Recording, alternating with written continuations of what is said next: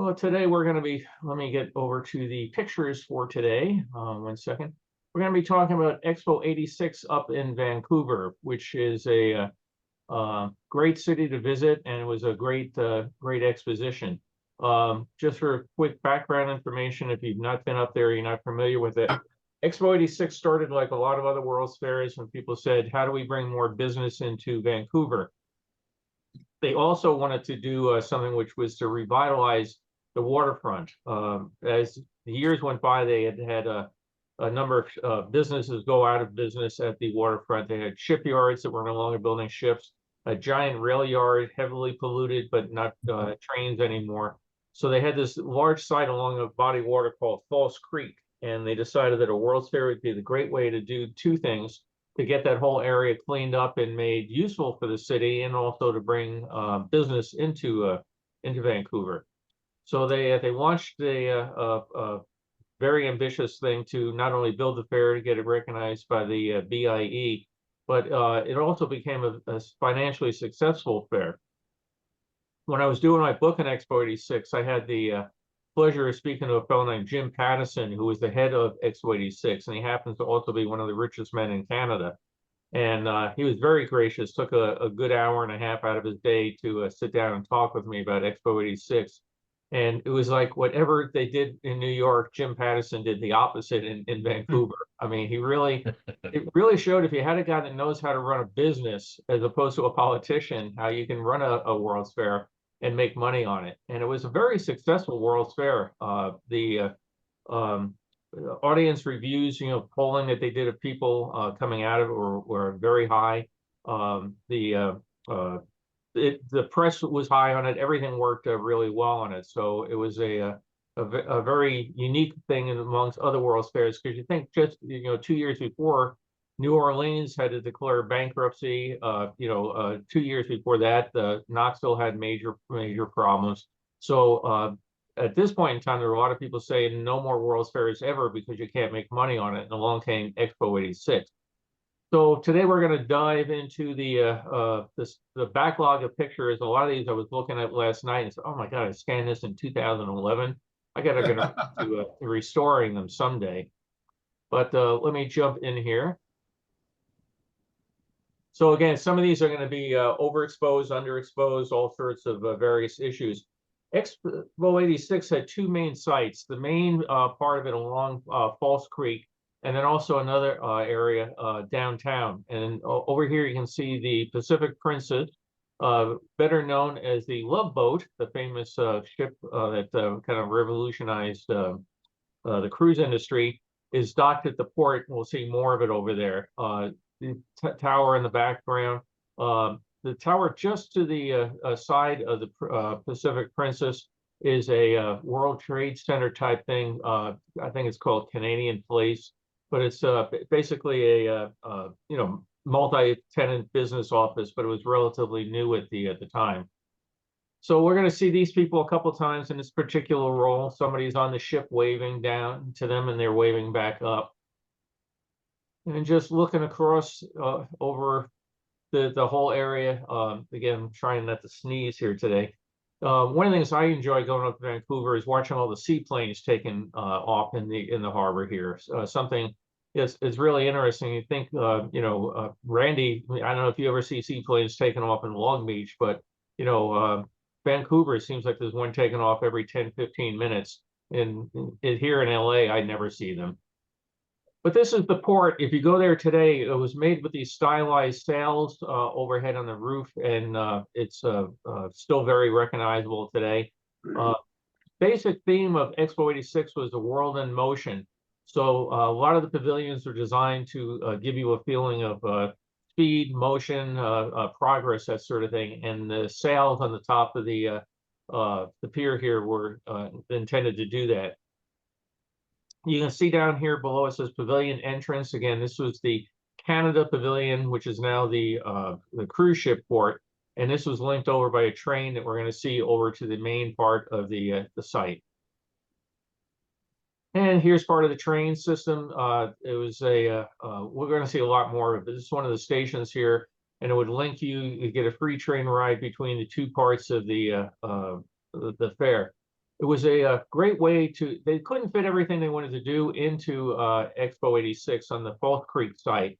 And they also wanted to have the money to build the cruise ship terminal. So it was a great way to do it. And it was even a great way to do it for the city because the SkyTrain, the system that linked the two of them together, was a much needed upgrade to public transportation in Vancouver. So this thing was really a win-win. They got to build a cruise ship terminal. They got to build a really nice waterfront, and they got to build a mass transit system. This is the BC Dome. It's a major sporting arena. It was not built as part of Expo 86, but it was built simultaneously by a different organization.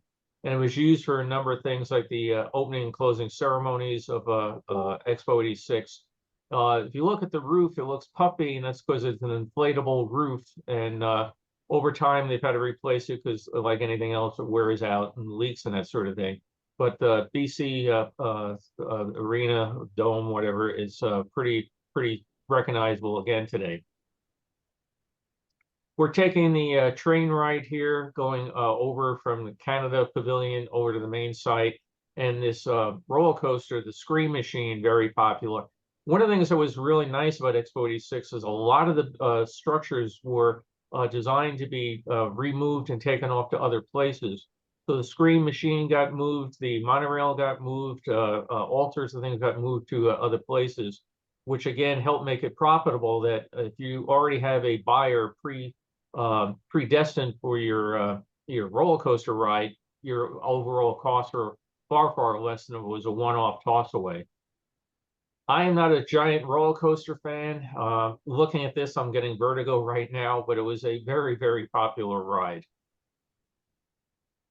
One of the things they did at Expo was great was they designed, broke it into color themes.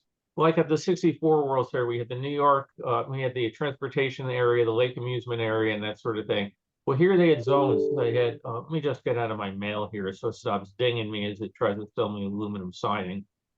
You had all sorts of different themes. You had a purple zone, you had a pink zone, a blue zone, and the monorail went from one end of the site to the other. It was a very long, semi-narrow site, again, filling out what had been a giant rail yard.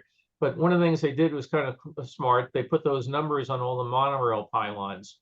So if anybody was trying to figure out how to get to anything, the guide map would tell you where things were in relation to Expo, say milepost Expo 86. But you could also, go to the various places and say, okay, I'm going to go over and see France. You go see the UK. I'll meet you at pole 88. So it became a helpful thing. Bill, who built the monorail? Who built the monorail for him, or what company? I don't recall which company. I don't recall it off the top of my head. What's interesting is that after Expo ended, it went over to England to a place called Alton Towers, which is a theme park in England. And years ago, Carol and I took our daughter and another family daughter out to the place, and it was like, oh my God, here's the Expo 86 monorail. I don't recall. I might have that somewhere, but I don't recall it off the top of my head, Brock. Okay, so it wasn't Allwig. No, I do not believe it was. I think it might have been Bombardier or a Canadian company. Okay. This was Australia Pavilion, and it was really interesting. This is a perfect model of their prior entry into the World Cup racing. When they did this, the design of this ship was very controversial for the keel design that they had. And I don't know enough about World Cup racing to decide why it was controversial, but they had kept it under wrap and keys and everything. And by now it had won the race. They didn't care about the controversy. So the original was still on display in Australia, but they made this copy outside and made a big thing about how you can see how Australia was able to beat the rest of the world. If you look over down below to the right, there's a number of windsocks there. This is one of the things that I really think they did a great job. Expo 86, extremely colorful. Lots of eye candy in every way, and being right on the water, you get a lot of wind coming off it. So you put these windsocks out there, they go whipping around. The noise gives you a little snapping, gives you a little bit of character to the area. So, again, I think they did a wonderful job in designing the place. One of the things they did to make it easy for people to participate in Expo 86 was that the majority of the pavilions, particularly the international ones, were a prefab design. They would build them with basically they'd pour a concrete floor, put up some poles, and build the buildings in modular fashion. Again, with the idea of being able to take them down and reuse them. And a number of the pavilions have been taken apart and put various parts around Canada. But being prefabs, they were very cheap, and you could get a block, say one unit, and put your Bill Cotterland pavilion in it. Or you could do what Japan did here, was get 8 or 10 of them in a row and then open up the walls between them and have a giant exhibit area. So these things were very cheap to build. Again, save money by reusing them after. When they were turned over to the international pavilions, they were basically a white wall. And each of the countries was encouraged to come up with a design of its own to go and make it visually eye appealing. I got a kick out of the lady on the far right. She's wearing Expo 86 sailor hat. They must have been a real hot seller. Back in '64, everybody wanted a hat with a long feather on it. And in Expo 86, you see a lot of people. There's one right near the center of the screen wearing an Expo 86 sailor hat. They show up in a lot of shots. So interesting, they don't show up too much on eBay or anything today, but they're very popular then. This is one of the big arenas they had here. They had this is the Ontario Pavilion. You can see the signage over there. They had quite a few. I think there were 3 major arenas where they gave live shows and performances. And this is another thing that Expo 86 did that I've talked about in other talks. They were really smart on how do you get people to come there. Well, one of the first things is, and to keep costs down, they did another thing that was great. If you were, say, the Pavilion of Saskatchewan, how do you keep your costs down? Well, you ask for volunteers to come from Saskatchewan to work at Expo 86 for free. And how would you like to be part of this great thing? And a lot of Canadians just jumped on board and worked for free. Not all, some of them would come in for a period of time. Some came for all of Expo. In some cases, of course, you had paid staff, but they made it a big thing that if you wanted to come here, and show Canada to the world, we'd be glad to let you do that. They also would then have days at the fair. Every country at the fair had its own day. So whether you were the smallest or the biggest international country, they had a day to honor you. And of course, if you were originally from that country and living in Canada, this was a great way to come out there. But they also had days for cities. They had days for provinces, cities. I think they got down to the point of almost having days for the left side of the street. And that was a great thing because, again, if this is your day and you're inviting that high school band to come in and march through the Expo 86 site and then give a performance at the Kodak Theater or the Ontario Theater or the Expo 86 Theater, everybody that was associated with that town was likely to go there. And they credit it to a very large part, when I was talking to Jim Pattison, with the success of Expo, is that the vast majority of people going to it were Canadians, as opposed to people coming from around the world. But they came from all across Canada because they made it such a big deal for people to come and be part of the Expo 86 experience. And he was, I think, very rightfully proud that they did that. They've done that again in other World's Fairs mentioned since, that try to have a big thing for a day, but they really went out of their way with this one. Again, you can take your white building that you get here from the Expo 86 Corporation. We'll talk more about the big tower, grid thing in the back. But here's Australia, and so you put out giant pictures of hopping kangaroos on it. People look at that and probably get instantly recognized that has to be something to do with Australia. Let me go over and take a look at it. That's Expo Center. Over there, you can see the Kodak sign sponsored over there. It's today a science museum in Vancouver, well worth visiting.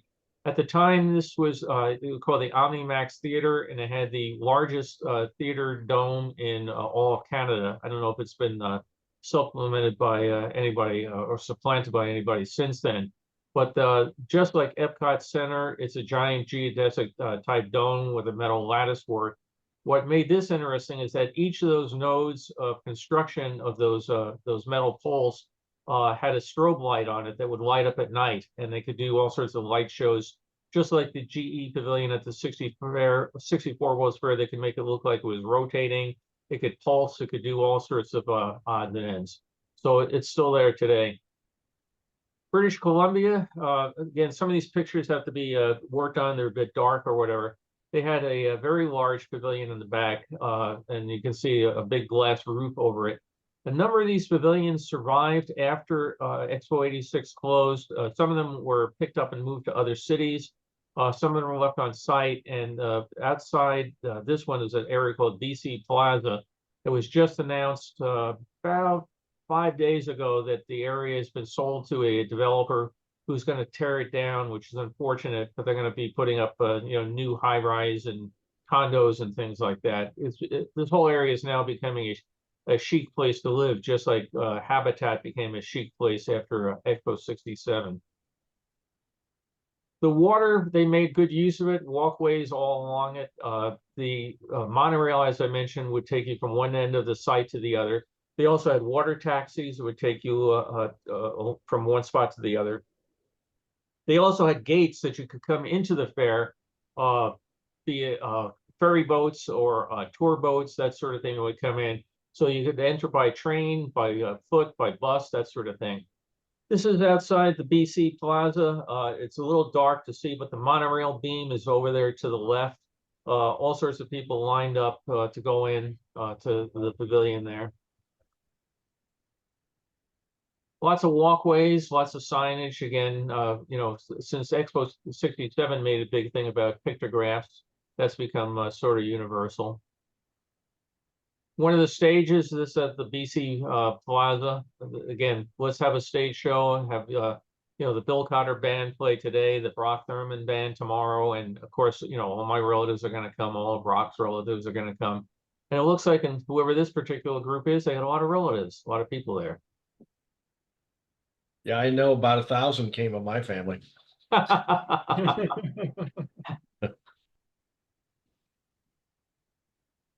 The Ontario Pavilion, very, very large one. They had both the seating area off to the right where, it's sort of lit up there in the sun. Then inside, they had a number of exhibits. In the very front, I don't think we're going to see much of it today, was something called Highway 86. And it was a curving ramp that went along, and they stuck all sorts of vehicles on it that they covered in a white plaster type material. So you can see trucks there, motorcycles. They had a replica of the lunar rover sitting there, steammobiles, everything.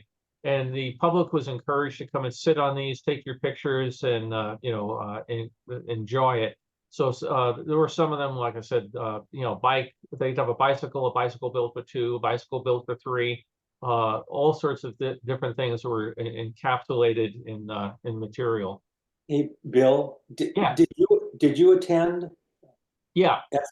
Okay, I couldn't remember if you did or not.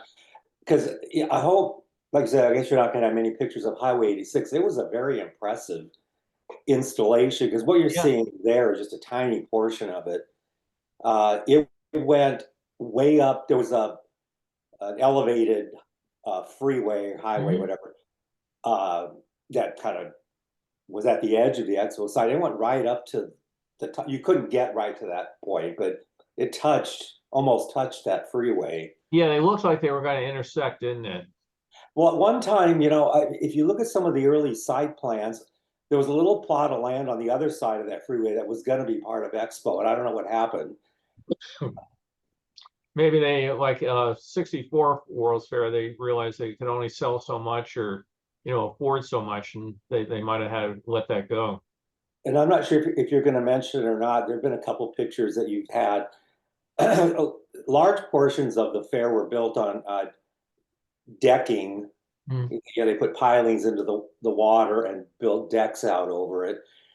And I didn't know that until I was there at the very beginning. I went many, many times. I had layovers there, but when I was flying, went up with my parents just during the opening, and Diana and Charles were there, and they were closing off big sections of the fair while they had divers go under these piers to check for bombs and stuff, as then they would Yeah. clear it, and then Charles and Diana would make their appearance. Wow, scary to think that you have to do that. Yeah, they actually, I'm glad you mentioned it, where I showed earlier the windsock and that sort of thing. The way this whole thing was built, you can imagine the land was not nicely, evenly shaped. It had been all sorts of coves, alcoves, pieces carved away for shipyards and that. So they built, as Randy mentioned, a big, long, matter of fact, there were two sections near the yellow zone where there was a giant thing that was almost all out on the water as opposed to part of the land. And that's still there today, and makes a nice, interesting promenade or walk along the water in that area. Darren just mentioned in the chat that Diana, yeah, she did famously faint. In fact, I had just taken a picture of her, and I was there with my family, and they were doing something else. I sat there for like an hour, so I wanted to get a picture of her. Huh. And she went in, I think it was the California Pavilion. She went into it. That's where she fainted. Also, all these ambulances showed up, and I guess it turned out she was pregnant with the second son. I think that was the situation. Yeah, I remember they blamed it on food poisoning at first. Yeah. Here's one of the monorail stations, and there were two skyway systems at Expo 86. As you'll see as we go through it, two totally different design cars.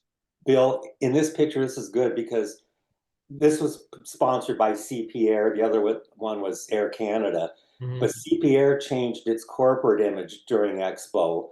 And you can see just to the right of that orange pole, there's kind of a blue and gray Right. gondola. That's what, their planes have been painted in that bright orange scheme for years, for decades. And then they changed to that blue and gray, updated. So they repainted eventually all the gondolas. Oh, that's good. I did not know that one. Thanks. Yeah, that's what I like about these things. You pick up things that yourself that that are new. This is inside Ontario. Again, the World in Motion was the whole big thing. So boats and buses and trains and cars and everything. And again, a lot of the companies are trying to convince you on why you would buy their particular bus or their coach or whatever. This one here is interesting. It's a train car, but it's lifted up so you can see underneath the workings of it. More inside.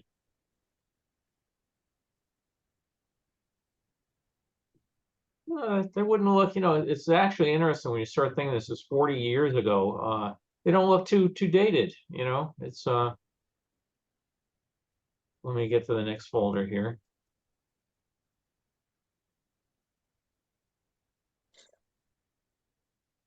These are all August of 86, by the way. So train loading here, monitors overhead with information. Log flume ride was real popular, particularly on a warm day. Nothing like going out and getting splashed real good. Again, after Expo 86 ended, this was dismantled and sold to a theme park. As a matter of fact, I think it was pre-sold. We're at the end of Expo 86, everything that wasn't pre-sold, they had a massive auction. I'm going to show you some of the stuff that was sold off. I mean, the sort of things people would buy for souvenirs are kind of amazing. Bill, I'm wondering if they took a cue from the 84 Olympics in LA, because that's partially how they made such good money. Was a lot of, they used a lot of facilities that were there. They didn't have to build a lot of new stuff, but they sold off and donated a whole bunch of materials from it, from the different event sites around the country and to other people. And I wonder if they kind of took a little cue from that for the idea. Might have. They might have. This is the marine transportation area. It's there's two things that I found interesting in this shot. The thing that looks like a giant ship, it's called the Dream Ship, and it's not actually a ship. It's firmly anchored to the land. But they had those big sails and the flags on top to draw your attention to it. They had ships from all around the world. They had Chinese junks. They had boats from English canals. A lot of them were the actual original boats. A couple of them were replicas, but most of them were actually original boats And they made a big point that this is the first time many of these boats had been in Canada. You can imagine there were not many British Canal boats sailing around Canada up to this point in time. If you look just over near the center, there's a tugboat, and this was the last wooden hulled tugboat. It was built actually here in a shipyard on Falls Creek. Required a tremendous amount of restoration. It evidently leaked like a sieve over the years, but it was restored for Expo 86, and it still sails in the area today as a floating maritime museum. So kind of interesting that this was built here, and it's about 100 years old by now. I have to jump into a different folder. 1 second. This photo gives you an idea of the pilings and the decks built over the water. Yeah, we're going to see more of that coming up. Both the concrete and wood pilings. Yeah. Video display for the flags of Nation Plaza there. They had interesting during the period of time that Expo was underway. They changed these panels here. They're I don't know if they were cloth or something else, but they have basically at some points in time they were just colored artwork, and then others they have people doing things like riding bikes and flying kites and that sort of stuff. So why they changed them, and I can see up here you mentioning Randy about the different cabin colors now. Again, different color zones, so you get to the yellow zone. Each of these things had lots of different signage and things going around. One of the things that I thought was really a great thing was they put very wide streetways between the pavilions. It didn't get you feeling really congested or jammed in and everything, and it gave a great exposure out to the eye. Here's what I mentioned as far as the design of the cubes here. So you get the basic cube down, no pun intended, the Cuban cube, but you can also then put this canvas part up on top of it and make it look larger than it is. Something that didn't go with the cube design is General Motors. They had a very well-received pavilion, Spirit Lodge, which was a great interactive where the performers could interact with the film. After Expo was moved down to Knott's Berry Farm, and I don't know if it's still running. I know it had been shut down for a while at Knott's, and I think they announced they were going to bring it back. But if anybody's been at Knott's recently, I'd like to know if it was there. We're going to see more of the GM Pavilion, but not the Spirit Lodge attraction. But it was probably just like Futurama was the big #1 attended hit of the '64 fair. Spirit Lodge was very well received. Did you go to that, Randy? I did, yeah. The first time that I went with my parents, the first couple of days, we just walked right in. But I went later on layovers with crew members, and we have to see this. So we waited in a very lengthy line to get in. Yeah, the word spread very rapidly on how innovative it was. Yeah, there was a lot of Imagineers that went to Expo to see that specifically, along with seeing some of the other shows that were there. Right. Not quite That's sure. my knowledge. It never came back either. From I saw it just before it died at Knott's Berry Farm, and they couldn't get parts for it. So yeah, I heard that they redid it, but I don't know if it's been redone or not. I haven't been to Knott's in a couple of years. I have to look into it. I'm not checking. Sure what control room we're in here. I think that's in the U.S. Pavilion, I think. Could be. Well, here, now we're going to get to look at things at General Motors. They had, you can see the sign there for Spirit Lodge. They had quite a few concept cars. This particular Corvette, I don't recall seeing drive down any of the roads near me. Some of the shots are kind of interesting when you look at it and you try to figure out, how practical it would be. In this one, it looks like the steering wheel is either in the center or on the left. No, I guess it'd be the right-hand side of the car facing forward. It just actually, no, that's on the left back side of the car. This is the back of the car. Yeah. Yeah, this is the back. Right. I don't know how practical that bubble roof would be from a heat standpoint. Yeah. Your air conditioning would be running all the time. Yeah. Please do not touch.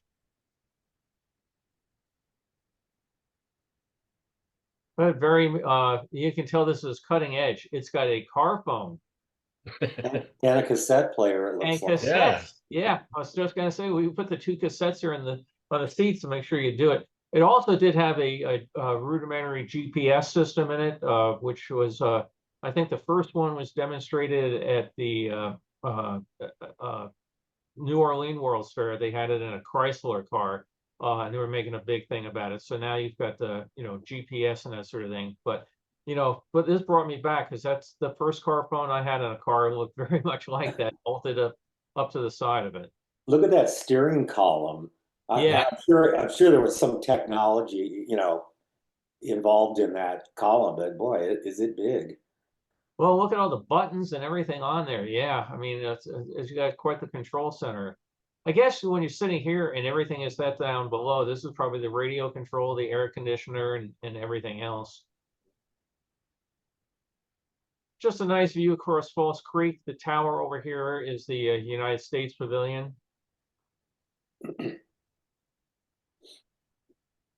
Air Canada Skyway. Like I said, lots of flags, lots of color, just movement everywhere.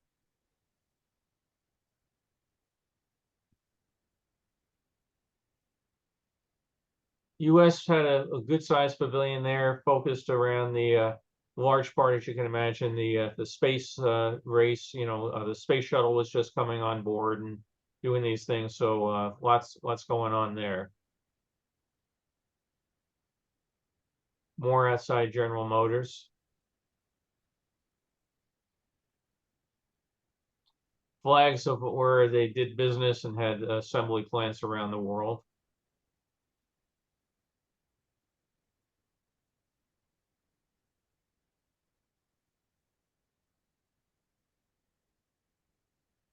More concept cars, the ever popular tilted to the side so you can see underneath.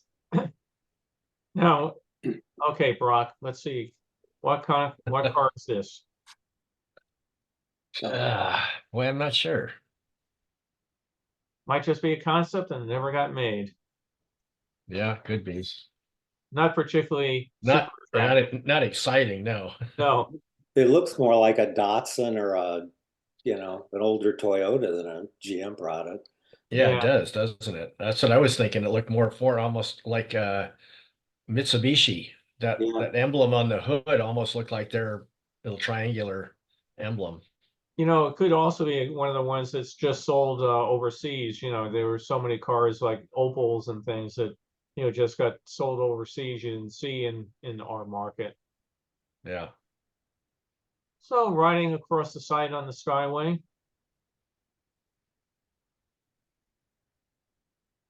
Again, they had paddle boats that would come in and take you for rides down False Creek, transport you back and forth. Mentioned they had different colors, and this was one of the entrance ways that you could come into the site. So you could come in on land, and we'll see the main entrance, the east gate. But you could also, and this is a great way to get people in without having to jam them up, bring them in on smaller entrances. One of the things Patterson told me that they were really concerned was making sure people were in a good mood when they got there. So they over-engineered the gates. They put in more turnstiles than they thought they could possibly use. And then they joked, then we added a few more on top of that. But it meant that they could get everybody in first thing in the morning without any long lines. So it didn't deter people from coming. So they didn't want other people saying, oh, every time you go there, the lines are so bad, I can't get in. His feeling was to get them into sight, get them off the public land, out of sight real quick. And everybody's going to say, oh, it's real easy to go to. So they employed a very large number of turnstile workers that would get different shifts, that they would do the turnstile first thing in the morning. And then when the crowds came in and died down, they could close some of the gates, redeploy them elsewhere on the site, and do custodial functions, things along that line. But he said they made a big effort looking at what other fairs had done wrong. And he said Throttle Neck was not going to be part of Expo 86. It probably helped that it was pre 9/11 too. Yes, yeah, you didn't have to go wanding or bag checks or anything like that. China, this gate is now part of the Chinese Cultural Center in Vancouver. And again, if you can't sell it, you donate it, or you have the people. In this particular case, I believe the Chinese Cultural Center co-funded it, and that as a result, they ended up with it after the fair ended. All sorts of things. Over here, this looks very futuristic, like a lunar lander. It's got satellite dishes and everything on it, and it's probably a hot dog and hamburger stand, as they did a number of them that were themed with the space type design. Kind of dark there. Get out of that one. Into China again. All sorts of displays about jade and that sort of thing. Unlike one of the things that the China Pavilion took a lot of flack for at the New Orleans World's Fair was basically a giant gift shop. Here they had people making stuff, but the fact that you could buy things was kept on a much lower key basis. And looking out across the train track into downtown Vancouver. Looks like they were going home and had time for one last shot on the roll. Mentioned the stages. They had 3 major ones that they could give performances. You could have, of course, rock stars, folk music. In this particular case, they're doing a fashion show. So lots of people all standing there or sitting there as they strut around. And we have the narrator here describing the latest of British Columbian fashions. This is Japan. They had a very, very large pavilion. You know, again, World's Fairs are done often in large part to bring commerce into or out of a country. Japan was going on about how we're a small island nation, but we've really linked ourselves together by a modern transportation system. Again, transportation being the overall theme of Expo 86. This was a very large model, and it went on and on how we have highways, we have high-speed trains, we have monorails, we have all sorts of ways. So if you want to come to Japan and visit us, that's great. You want to bring your goods in and out of Japan, we can move things around fast and everything. Very, very intricate model.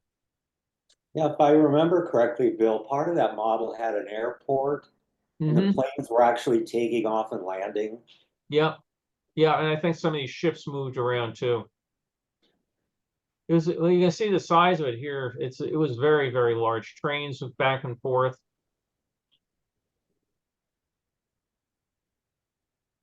These will look a lot better when they get the colors corrected. Now, looking at it, I can certainly say, boy, it is accurate because Japan can be crowded.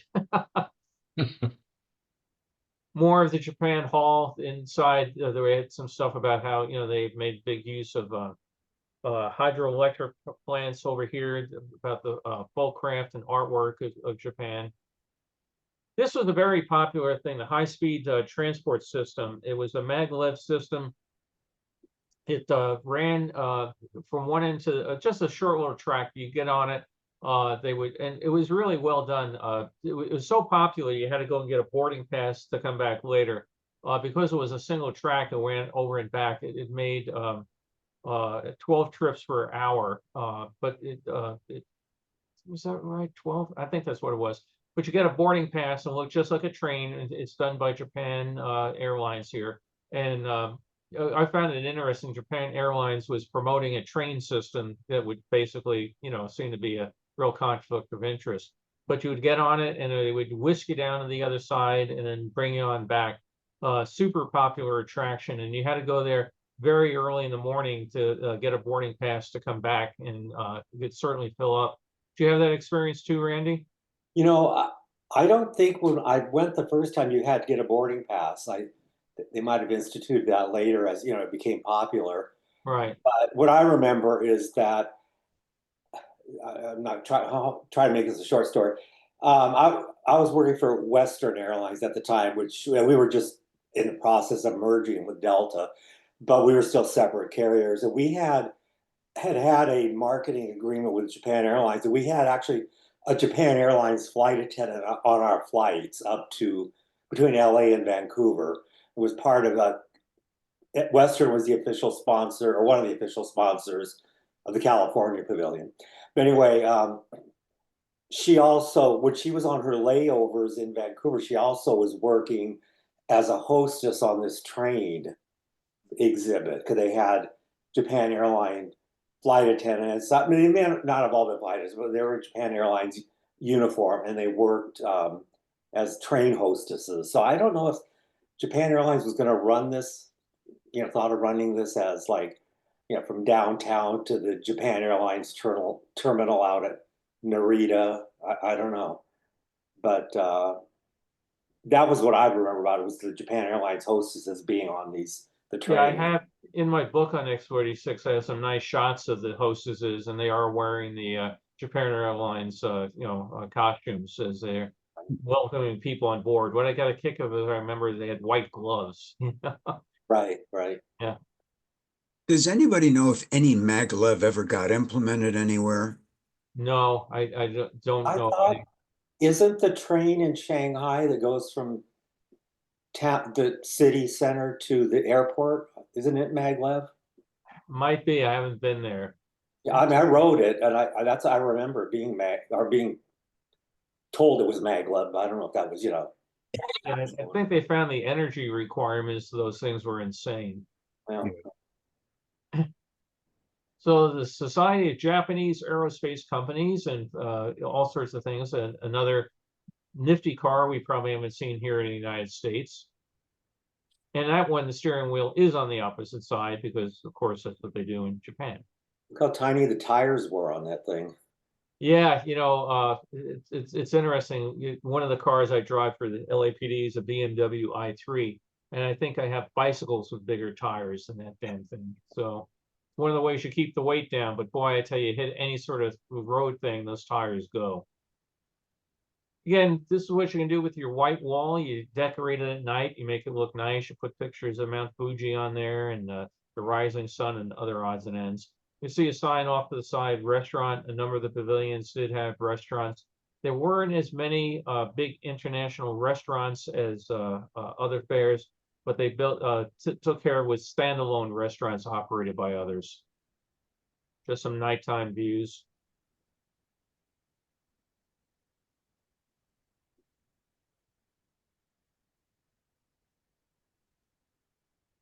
This was an interesting one outside the UK pavilion. This was going to be a prototype airplane that was going to be super cheap, powered by a motor pushing out through the back, and you got this big glass bubble sitting up in front. I don't think I've ever seen pictures of it in the air. Just like a concept car, sometimes it's real easy to come up with an idea, but actually making the things work is a little bit more problematical. More empty plaza, monorail station. That was kind of a parachute jump ride behind the station there. Yeah, we're going to see more of that coming up. One thing that was interesting, they did not have a specific amusement zone. Their rides were scattered throughout the grounds. Yeah, I think wherever they could fit them in or whatever. Yeah. Pacific Princess again down below.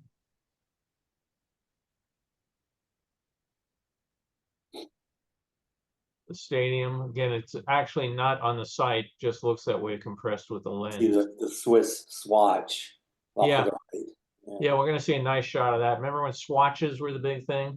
Yeah. Again, another one of these ports that was scattered around the waterfront. They could pull you up here, drop you off, take a water taxi over.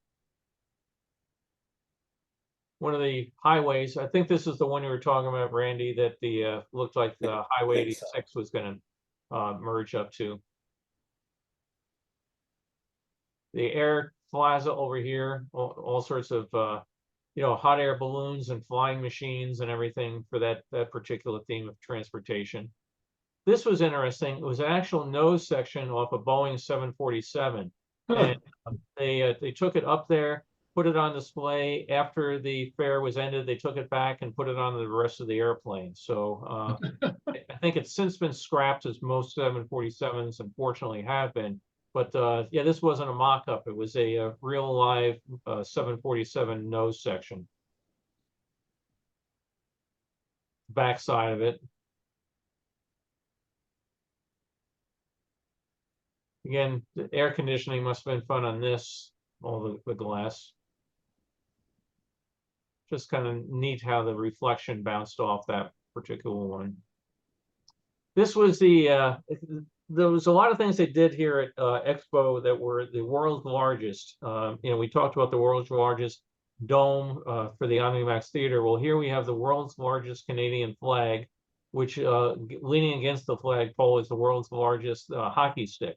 So they had a number of things that and Randy mentioned the watch. It was the world's largest watch. So there were all sorts of things that people were doing to try to draw attention on it. After Expo, this flagpole was moved to, I forget the name of the city, but it stands outside a car dealership, which is known as Flag Chevrolet. You can see where they got the name. The hockey stick was moved to another town up to their hockey arena. I understand it has since, in recent years, fallen into disrepair, and I think it's been taken down. But all sorts of these things went to all different places. The tall building over to the side there is Saskatchewan. It was done to represent a grain elevator on the plains of Saskatchewan. In Expo Center,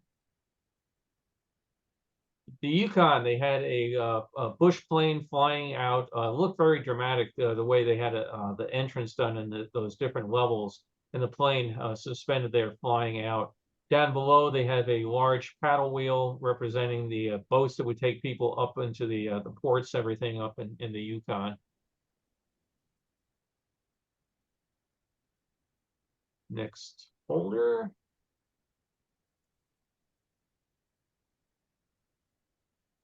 USSR had a big exhibit there. This was actual, wasn't a mock-up, it was a training module for the Soyuz Salyut space station they were building. So just as we have working models that our astronauts train on, this was one the cosmonauts trained on. So they had a very large pavilion here. I think we were going to see some of it inside, if I remember right. Over to the left, you can just see the word about Aeroflot over there. Oh, this is the Plaza of the Nations. I don't know what they're all online for here, particularly to see. As I mentioned, they had wide areas that were great on most days, but some days you did have things that developed a lot of attention. So whether they were lined up to see a concert or something else, I'm not particularly sure, but that's a lot of people in one small area. Air Plaza, again, the hot air balloons, so we'll see some of it down below. One of the Canadian Air Museums went out of their way to bring in historic actual planes that were in their collection. Again, using Expo 86 as a great way to do fundraising, to bring the planes out and put them on display. But they had all sorts of fanciful things and aerogyros and copies of Leonardo's flying machine and things were hanging around there. Bill, maybe you can confirm this. Initially, this wasn't going to be a World's Fair. Initially, wasn't the name going to be Transpo 86? No, that was the Transpo 86 was a different one. I think that's the one that was held in Washington. Oh, okay. Oh, okay. I think maybe you're right. Yeah. Yeah, I've got some stuff on that. That was one that was done at like the airport in DC area. Yeah, out at Dulles, I think. Yeah, right. Yeah. I do have some stuff on Transpo 86, and as you mentioned, I have to go dig them out sometime. That was much more a commercial, coming, while you buy our airplanes or your trams or that sort of thing. Yeah, here's the nose section again. Kind of a neat sort of design, you think. And here it is, the world's largest watch. This had, I think it was 65 tons of structural steel. I don't even know if they make watches anymore, but I know back in the 80s, that was a big selling thing to get a Swiss watch or a swatch. You can see again, it's fabric over metal, so a great way you can do it.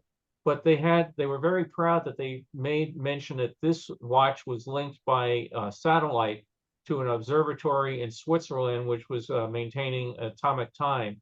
And then in turn, every clock on the Expo site at all the information counters and everything was linked to this main clock. So everybody was in sync throughout the site. So that was a very big point of pride for Switzerland. They also had displays inside, not just on watches, but on Swiss food, history, political system, that sort of thing. more of the USSR. One of the pavilions had robots that would go and carve ice sculptures for you, and they put them outside and let them melt and get your attention to come and see them being made. This was a kind of different area here. It says no waiting in pool. Down below, it's not showing this particular sheet. Somebody's there relaxing, taking their day. You had a number of sculptures that were done for the Expo Corporation. The Dream ship is in the background, but one of the things they had in the pond was remote controlled boats that you could be as I said in my book, a would-be admiral. I have pictures of the control and drop a quarter and sail them around. But they had constant issues. If we zoom in on here, telling people, please, no waiting. So the one sign wasn't enough. They had to put up other, because we've seen so many World's Fairs, people get their feet tired, they put their feet in the water, and you know, this area was very sloping and was not meant for people to go walking around. And off we go for the Air Canada Sky Ride. And taking a look down at the site. Again, you can get an idea how big the site was and how long it is. The Expo Center was not quite all the way down at the end. The end is actually just off to the right here. But to go through the entire ferry, you'd have to go along this whole area, curve along the shore, come by over here, and then come up this way and keep going behind us. So again, a long, thin, narrow World's Fair, and that's why the sky rides were popular, the monorail was popular, the ferry boats were popular, because, you know, we talked about when we were building Epcot, when you get somebody all the way back to World Showcase, how are you going to get them back to the parking lot at the end of the day? Well, a lot of people would tend to, you know, park up here, walk the way down there, and who wants to walk all the way back at night? So the transportation systems were a key integral part. Bill, well, you can see it in this one too, but see that raised platform, that was a shoot. Do you remember what that was? This one here? Yeah. Well, yeah, that was the French pavilion. But wasn't it also, didn't it tie up to the British pavilion? Wasn't it like a joint French, British, and maybe German thing for? Yeah, what you can see, France is off here to the side. Yeah, You and could walk Germany, in. and then I should you go could grab walk my into the guide. I French should go grab my pavilion. guidebook. Yeah, it was a consortium, and I forget what the SK stood for. It was a station down here. It was near the UK pavilion, but you didn't actually tie into it. You would walk up a set of stairs, get on this thing, and these little cars would take you down into the French pavilion, and then you could go wander around. Again, this was another thing they found out, the air conditioning was a bit inadequate in these things, as I remember. But yeah, this was going to be their version of like the Wedway People Mover. You were going to have these things around your city. You could board one of these, you know, go from my town, you know, here where I am. I could go down Balboa Boulevard on one of these, transfer another one on Rinaldi Boulevard, you know, that sort of thing. So they made a big point about you could wait online over here, where you have a nice relaxing ride down here with a shorter wait to get into the French pavilion, which is right there. Okay, yeah. Yeah, I believe you're right. It was an international consortium led by the French, but I think, you know, I think you're right with the German. I don't remember if the UK was part of it or not, but you can also see up here the E. They were starting to now talk about the European Common Market, the European Community. So it was just the first talk about we're all tying this thing in together. So you know, we'll build airplanes together, like the Concorde was a you know, multinational effort. This thing's a multinational effort. This was one I thought was good to illustrate what you were saying, Randy, about this thing being built out on Oh piers. yeah. So here's the Britain Pavilion, and you can see all this is man-made. This was all added in for Expo 86. A great way, again, if you have a limited amount of land, build it out here and build your pavilions on it. And then when you take it down, you can turn it into parks and walkways and that sort of thing. But yeah, I guess this is where you'd have to have the divers out here, you know, checking for things that go bang. The beams along here to keep oil pollution out. They had a set of boats that would go around and try to keep pollution either going into or out of the Expo site. And one of the things I have it in the book, I don't have it here today, was something called the Tidy Tug. And we'll see the floating McDonald's restaurant, McBarge. They had an issue with people, dropping, Burger King, I mean, Big Mac wrappers or everything. And the tidy barge would, the tidy tug would go out with giant nets and scoop up all the trash because they didn't want it polluting False Creek. Yeah, you could see in earlier shots that there were a lot of drain holes along the edges of the ramp area out there for draining, like if it rained or whatever would go in, but obviously that's going to carry stuff out into the water. And so they probably had that set up for that too. Yep. Yeah, again, this would keep anything from going in those holes out there. And then the tidy tug would go racing around to pick up anything that they could dig it out. Here's the parachute jump, mentioned in the book that, made popular at the 39 World's Fair. What was interesting, down at the base of this, they had an homage to all sorts of other World's Fairs. So they had displays showing, different fairs and different exhibits, that sort of thing. The Great Pharaoh, Ramses II, very popular. You can see the line on this. I thought this was a great eye-catching design, these columns. And they had a very large collection of relics from Egypt brought over here. It was done in conjunction with a museum that helped curate it and put things on display. But I thought from quite a distance you could see these columns and standing up. And this was another one, just like Spirit Lodge and everything, got to have a very good word of mouth and became a popular, have to go see, get online now. Popular interesting reason. Beer hall. What's that? That's all right. We're past it. No, that's okay. Well, I was going to say the reflection of those columns in the wall of the building also gave a neat effect of it being actually more of them than were there. Yeah, good point. Good point. Inside the beer hall, very popular. And you wonder if they're getting ready to do the chicken dance. So outside view of it. Yeah, that was really popular. We when I went with one of my crews there, we had a little bit too much to drink there. Luckily, it was a long layover, so we didn't have to worry about our, alcohol time limit thing. But we had trouble finding the bus to get back to the hotel. So that Yeah, it was very well done. When I first went over to Munich and everything, it's like, you get this deja vu feeling, been here before. Wait, no, I haven't. Then ferry boats, again, you could take these things that were commercial operations would bring you in.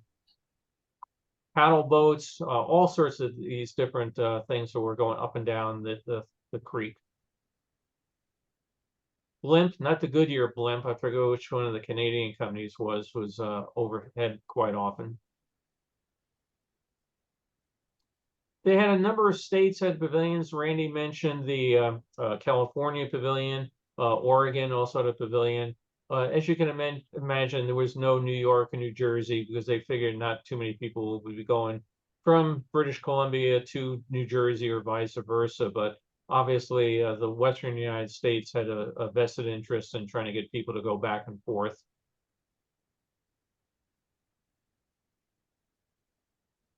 General Motors, again, off to the side. General Motors likes to do things in style, don't they? Or they did then. The country got into the whole swing of things. This was along the side of one of the freeways when you, or highways, whatever they call them up in Canada, motorways. When you came in, they had a big thing about, welcome into British Columbia and Expo 86.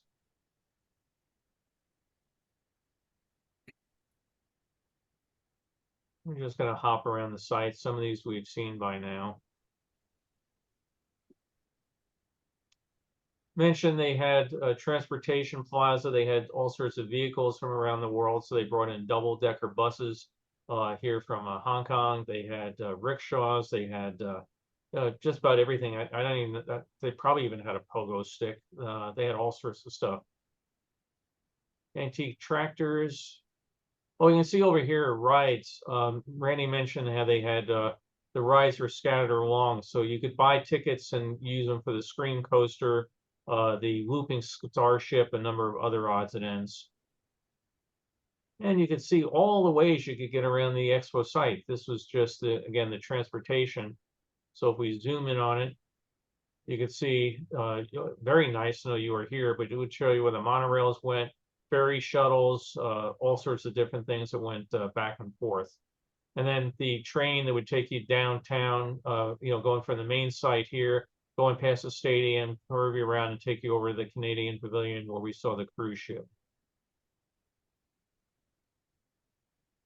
Bill, do you remember what that kind of pyramidal structure was? This one, Yeah, was it? I think that was the Imagination Pavilion. I was thinking it was one of the provinces. I can't remember. I'll have to look it up. Again, the airplane museum took a number of their planes and restored them and put them on display out there. It's like a Right. Ford tri-motor, I think. That's a tri-motor. Yep. Wow, they're big. How many years do you have on those, Randy? There were no prop planes flying for Western when I started. Oh, good. Good to know. You know, a friend of mine started, who came to Western and went to Delta. He started with Air Cal, and the Air Cal and PSA maintained like 2 to 4 Lockheed Electra prop planes to fly in and out of Tahoe. Wow. That was the only airplane, and they had to get qualified on it. Yeah, That's that was in interesting. the mid to late 70s. Yeah, these days you show up for an airplane, with the props and people are like, what are those things? Yeah. Mentioned before, space age snack bars. So you have something looking like a space shuttle and you can get your hot dogs down here. I mentioned earlier also model boat. You can see these different control panels around here. You could drop your quarter in and remote control your boats that were going out around this lake sculpture out here. Fountains were off before, they're on now. Roundhouse. This was a actual train roundhouse. It was one of the things when they built this particular site. I mentioned this was a working train yard over the years. So the roundhouse had been built back in the engine here was actually significant because this went on to when they built the first train that came into Canada, into Vancouver. I went through this in the book on the date it came in and how they were going to commemorate it. So this was an actual working roundhouse before the fair opened. They then came by and restored it. It had been fallen into disrepair. They restored it. Inside was a whole big display on the history of transportation throughout the area. You can see it was sponsored by Esso, but it was a very nice tribute that they did to what made Vancouver such a important port is the fact that it actually got connected to the rest of the world by train. Log flume ride again. Take your white wall, throw your international colors on it, and all of a sudden you have an eye-catching display that people might want to come in and see. Lots of signage, very easy to find out where you were, make your way around the site. This was interesting. This was Hong Kong, a world in professional construction, they called it. And one of the things I found that they did was kind of neat. They had those white figures there that are building it. And at different times, they would have like a mime type artist that would be up there, and all of a sudden the guy would move. It was like, what the hell was that? And then you think he's a mechanic, and how did he do it? How did he climb from up there to there? But it was a guy dressed, white face and everything, just like the other. People would actually kind of hang out outside the building, waiting for one of them to move. Yeah, it was a kind of clever idea to do it, Well, it was also clever in the fact that they're famous for their bamboo superstructure, Scaffolding. Yeah. Scaffolding. This I don't believe was bamboo. I think this was steel pipe they used because of safety and everything for the public if anybody decided to climb on it or anything. Right. But they actually take buildings and they take these things up, I don't know, 10, 15 stories. It's incredible, all in bamboo. Right. I'm looking at this now, and all I can think of is how would you keep some very energetic kid from shimmying up it? mentioned they brought in sailing ships from around the world. There were all sorts of different ones restored for it. Very few of them were replicas. There's the watch again. Oh, again, because it's a world of transportation, that's the whole theme. We have to talk about how we have all these electric buses and boats and everything in Switzerland. Come on over and we can sell you those.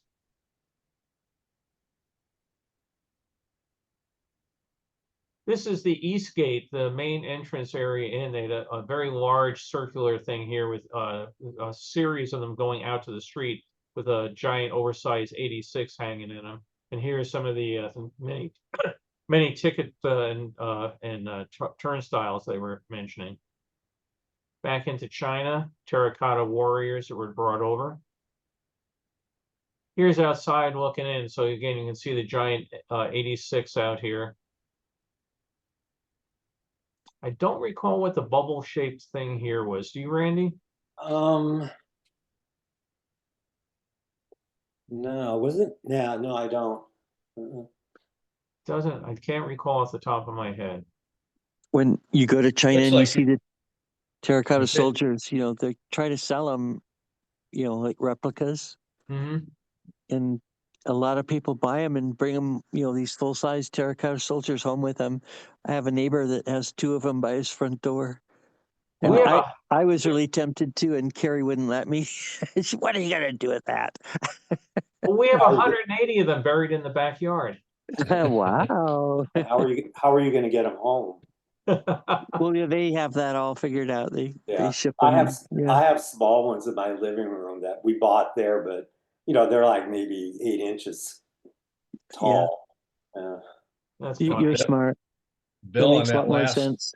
last picture with the inflatable roof, I think Yeah. that was some kind of a stage because there's stage lighting up in underneath that if you look at it when you zoomed in. Yep. It looks like it's supposed to be a lightning cloud also, if you look at what the theme Oh yeah. is. Yeah. Yeah, it does. It But, does but- look but like there's some dark kind of cloud and stage light. lighting there, and that looks like a backdrop behind a stage of some sort. I'm gonna run Whether and it get was- my guidebook real quick. Yeah. Yeah. Okay, great. Thank you.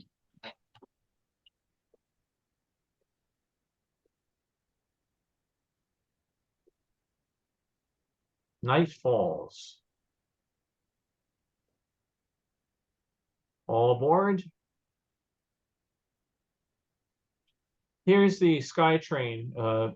Again, put in place as a mass transit system in large part to get you between Part A and Part B, the Expo sites, but it's become a expanded and integral part of transportation in the area now. Can you back up one to the interior? Yeah. I was just looking at those things overhead and wondering if they are video. Yeah, they are. They're Yes. video screens, and they were giving you information on, typical sort of thing. Later today, you'll be able to see the Bill Cotter Band performing at the so and such theater. Don't forget to come over and eat at the so and such restaurant. That sort of stuff. Basically, information about what was occurring at Expo at that time.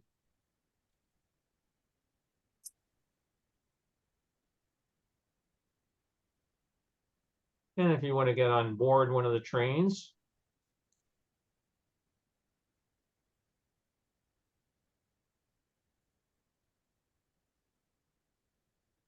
Now that I think about it, monorail systems seem to have been adopted pretty well in air terminals and connections there. But other than that, I can't think of where they've been implemented. No, I mean, they have a pretty good number of them in Japan, but again, like you mentioned, for getting out to the airport, stuff like that. I still don't understand why we don't have them in the middle of our freeways here in LA. I mean, it would certainly seem to me to be a easy thing to put them in place and, take you from point A to B, but our politicians are obviously smarter than me. I say that quite tongue in cheek. Yeah. I studied that quite a bit, and the reason is that the upfront cost is really high, but the maintenance cost ongoing, they pay for themselves really quickly. But all, like you said, the politicians just all go, yeah, we want the cheap upfront train. We don't want to. And the other thing too is just the loss of life. You know, it's like next to zero with the monorail, and in the trains, there's always, you know, conflicts with cars and pedestrians and bicyclists. Oh, yeah. There's there's that famous one in Germany that's been there forever. Yeah, Right. the one that hangs down. Yeah. Yeah, it was in that, was it Fahrenheit 451 in the movie? I think it, No, that was a newer one. Yeah. The one that's the older one in Germany was the one that Walt Disney saw that decided he needed to have a monorail at Disneyland. It's Emmerthal, I think is the name of the city that it runs in. But Wuppertal or something like that. yeah, the Fahrenheit 451 was I think that was a prototype one. I don't think that was actually in. I thought that was in that city, no? Yeah, that's the one where they have the stairs come down and they exit out of it. That's the emergency exit, but it looks good for the movie.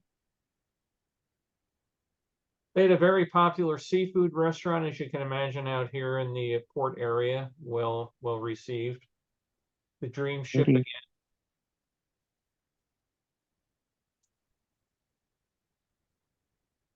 Big sign here about the Soyuz. Bill, do you remember, or anybody else who went, at the Soviet pavilion, there was at least one piece of, you know, a Soyuz capsule or whatever that you could actually get into, like kind of crawl through, wasn't there? I don't recall that off the Vaguely top of my remember head. that. I remember there was one somewhere that I went to in an exhibit. What I found interesting was that they had, whether it was just for that display or what, but it was like all the surfaces that you would sit on and, you know, a cosmonaut would sit on were like covered in carpet. Like they, you know, they didn't look like our spacecraft at all. It looked like they were half homemade in somebody's backyard. Yeah, yeah. I can't find that lightning structure. I'm looking in the guidebook and I can't see anything that even looks like it. Because it was so hokey, they were embarrassed. Here's the world's giant hockey stick, which was right near the world's largest hockey puck. And this is where you came on. This was the Canadian Pavilion Gateway. This is where you got on the train to take you over to the Canadian Pavilion. Besides having the ship outside, that whole hall, I have it in the book, had some great displays of transportation things, including they had an idea for a giant balloon that would lift up logs at logging sites or do things and move it back and forth. It looked like something out of a Buck Rogers movie. It's called a High Craft or something like that. Now, was that hockey stick actually made out of wood? I'm trying to remember. Yeah. I remember seeing it. Yeah. Yeah, no, that's why it probably fell apart was, you know, you got to maintain something like that, especially in the Canadian kind of weather they can have for the winters. And they probably just put it in and didn't bother to maintain it over You the could years. see it's laminated wood. Yeah. Yeah, Yeah, and it should hold up. Right. Yeah, it should hold up forever if you just maintain it, but they probably didn't want to maintain it. It's probably like anything else. Give it to some government and it looks great, but you don't have the budget. It's interesting. My college roommate, a fellow named Bill Troop, was with the University of Texas, and he would talk about all these people would come in and they say, "I want to donate my family home to you. It's in beautiful Austin, Texas, and it's worth $1.7 million, and I want to give it to you for free." And the school would have to say, "No, we don't want it," because one of the things Bill had to do was analyze what would the cost be to maintain that building. So you're giving it to us for a reason as opposed to selling it. Oh, it needs a roof, it needs new air conditioning, the plumbing is shot. But even if it's in good shape, what are we going to do with it? You know, is there parking available to use this for any sort of facility? So he said the number of people that got really mad at him because he wouldn't take their multi-million-dollar gifts, he said they would have been multi-million-dollar sinkholes for the university. So it's things you don't think about. Well, it's a problem with even new construction. You know, everybody wants to build a, you know, structure and put their name on it, but then they don't pay for the maintenance ongoing. And yeah.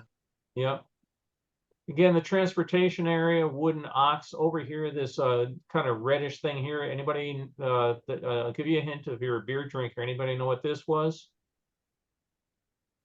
Labatt's beer wagon.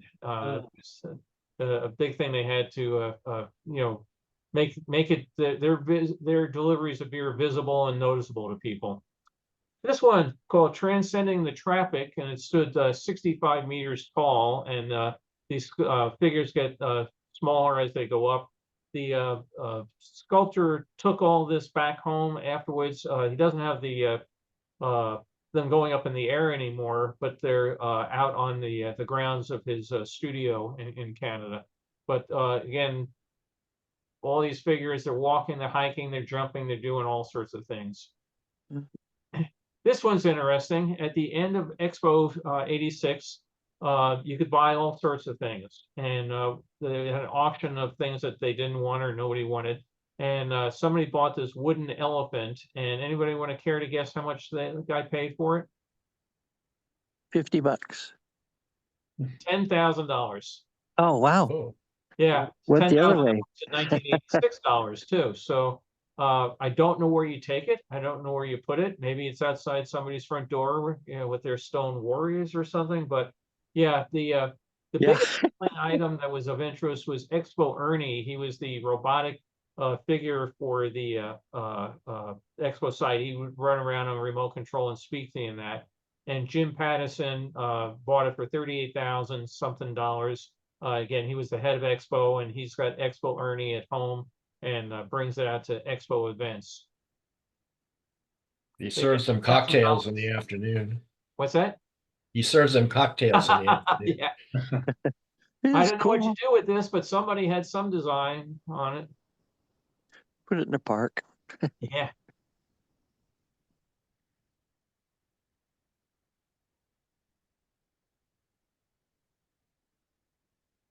Just hopping our way around. Look at Bill, the when you restore these pictures, will you straighten the horizon?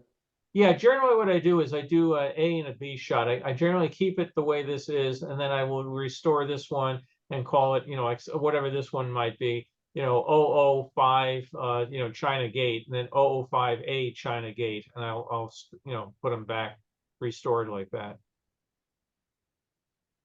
Yeah, you know, this guy had the same issue I do. I mean, all mine tilt to the right, all this guy's tilt to the left.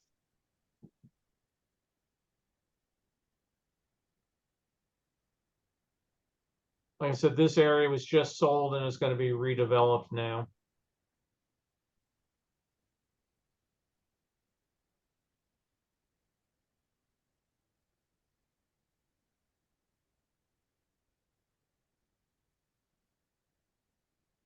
They would also, besides the tugboats or the tidy tug that would clean up, they had a water performance out on the water out here, where they had different high speed little boats that would come out, and they'd all look like they were going to crash into each other, and they took turns at amazing angles. The boats would, you know, keel over like 45 degrees, and you think that the thing's going to go down, but they did a real high speed water show out there to entertain people.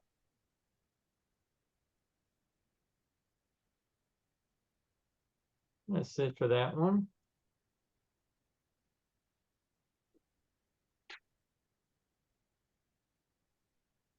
You could also come there via your own boat and go enjoy it. Pretty. Now we've gone up into, I believe this is taken from the parachute jump ride with the, you can see the cables down below. The building down here is not a building, it's a boat. It's called McBarge. It was the floating McDonald's restaurant. There were several McDonald's on site. You know, some of them were pretty traditional. McBarge was probably one of the largest McDonald's restaurants ever built. And the idea here was that after Expo ended, you could take this and sell it to other places and have an instant McDonald's. Well, they've never found a use for it. It's been moved several different times to different waterways, and just like the SS United States, you know, which just left Philadelphia this week, you know, there's always some plan coming forward. It's always going to be done. Some urban explorers have gotten on board it, and it's a real time capsule with the, you know, price boards and, you know, the McBurglar restaurant, you know, icons and stuff from '86 still on it. I forget the name of the town it's currently in, that is currently coming with a plan that I don't know if we'll ever see it or anything, but it's amazing that for 40 something years, somebody's owned this thing and been moving it around and having some plans for the future of it. But there's actually, it has its own Facebook group, the McBarge. There it is again down here on the side. mentioned they did sculptures. It's very hard to see, but right here where the mouse is going around was a giant dream catcher, a metal sculpture. It's again been relocated to another site. Here's the towers of Ramses II here.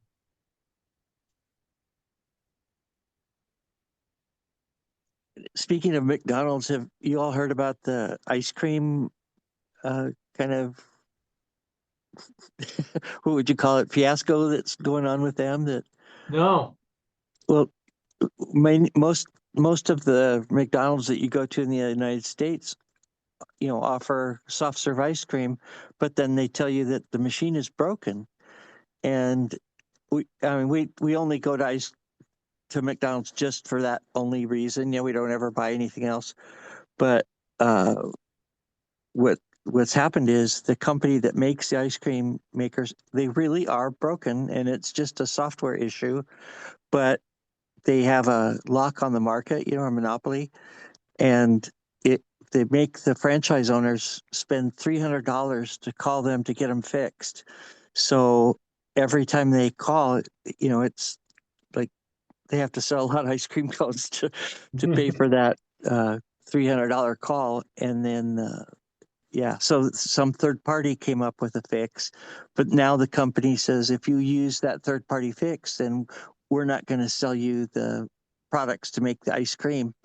So it's just a huge disaster. But we thought that they were making it up, that they just didn't want to serve ice cream, but it really is, really are broken. They Yeah, really aren't working. that's kind of an ongoing joke. That and the milkshake. Yeah. There's actually a Yes. website. The guy has a website that you can go to it, put in the McDonald's address, and it will tell you if their ice cream machine is working or not. Yes, it's just phenomenal, isn't it? I think But I I've thought for ever sure they come were faking it. to being a Karen. I mean, sorry if I'm offending anybody by using that name, but I offended a lady once on Facebook. I used that name, God, so she's gonna find me and kill me. Anyway, I had gone. There's a McDonald's not too far from me, and I got in the drive-thru. I was in the mood for one of their chocolate shakes. I love it because they put whipped cream on top. And so I get in the drive-thru line, and I get to where you order, and I'm sorry, our machine's broken. Well, there was no way to get out of line. Right, Yeah. right. All the way around. I had to sit there, and then there was some lady in front of me that was having an issue with her order. By the time I got to the window, I was ready to kill. Yeah, yeah. Go It use was the very funny. website. Use the So, website, Randy. Yeah, really. The other yeah, thing Bill is, knows. Oh, go to sorry. Arby's. Arby's has great shakes, and they give them away for free. So, Really? They do? oh yeah, we get coupons all the time with a free Oh, we chocolate, don't. free shake. And Oh, that's your and local what's really nice franchise. is you can go to the restaurant and say, "Do you have any more coupons?" Oh yeah, here you go. So Wow. we don't go to Arby's all that much, but we do. It's a walk in, get my chocolate shake, and they're really good. And they put whipped cream on them and chocolate drizzle on top of it. It's the best thing at Arby's. It's Yeah. Yeah. There are yeah. no Arby's around me, so not that I know of it. The best shakes to me are In and Out. Oh, those are good. Yeah. Yeah, we go there. Well, Over so here, in Australia, Carrie and I just went a couple months ago, and their McDonald ice cream cones were only 25 cents. Wow. And I think we went like 4 or 5 times, and got our 25-cent ice cream cones. But with the exchange rate, that makes them 12.5 cents a piece. you should have brought some home. And, Yes. and were the And Australian ice cream machines always working? yes, every single one. And yeah, Probably I different remember vendor. their hamburgers were like, I think 50 cents. So that made them 25 cents. Certainly not like here. Last time I went up, I took my niece's youngest son to McDonald's. He was hungry for lunch or whatever. So let's go to McDonald's. And I got a quarter pounder with cheese meal. He got the two cheeseburgers combo. Then we split, it was an 8-piece chicken McNugget, $32. Yeah. Whoa. Yeah, Well, this was embarrassing. Even at the airport, they had those prices, and Oh, we did get a hamburger. I forgot at the airport, and we were so thankful we did because we were flying Hawaiian Air, and I don't know, I just warn all of you, don't ever fly Hawaiian Air. It's so awful. Really? It's so budget. I'm surprised. They get good write-up, or they're well regarded in the industry. Let's put it that Yeah, way. they just merged with Really? Alaska. Well, the planes going, from here to Hawaii and Hawaii to Australia, they didn't even have movie screens. They had a little holder that you could put your phone in. That's what a And lot of them have now. oh, really? Oh, I didn't Yeah. know that. Yeah, or you stream, but of course that might not be an issue or a possibility. That far over Yeah. the ocean. Well, and the food was absolutely horrible. Oh, yeah, Absolutely I'm surprised Well, to tell hear you what, that. awful. let's finish going through Expo 86 Sorry. real quick. Okay, so Because yeah. you're talking about Sorry. food. Sorry, You're talking Bill. about food, you're gonna make me hungry. All of a sudden, I'm desire for a chocolate shake. I'm So sorry. yeah, the log flume ride, as Randy mentioned, the rides were scattered around the facility, but this was a very large one here. You can see the entrance here and just how long the line was for it. If we look down here at the other building down here, the Great Pacific Food Express mentioned that there were not a tremendous number of restaurants in the international pavilions. Like, for Expo 67, we talked about the great ones that say Czechoslovakia or whatever. Because a lot of these buildings were, the international pavilions were done with a prefab concept, they didn't put in restaurants in a lot of them, but they made up for it with all sorts of patios and stands. Pizza was real big, hot dogs all big. What was interesting, though, is the only person who could sell hamburgers on the site was McDonald's, because they became the official hamburger of Expo 86. Well, people started getting creative. That's not a hamburger. That's a Salisbury steak. That's a pressed meat patty sort of thing. So the McDonald's kept filing complaints with the Expo 86 Corporation, which had to stop having other people from selling hamburgers. So just an interesting bit of marketing trivia. That was a great I thought you shot. said That you didn't last want to talk about McDonald's anymore. Well, just while we were on the subject, here you can see how the Expo Center is lit up at night with the strobe lights that I Ooh. mentioned. Actually, I think that was just the regular lighting, and then they had the strobes that would go Yeah. off, Yeah. for That gives you a different good events idea and of different. how lengthy the site was. Yeah. Yeah. As I Beautiful mentioned, you shot. came in here and you walked and you walked and you walked and you walked and you walked and you walked, and we're not at the end of it yet. So very long. I think it was 186 acres, it said. Sounds about right, yeah. Yeah, IBM had the official information kiosk there, a giant computerized network so you could pull up information and answer it. You didn't actually use the computer, the attendants there did.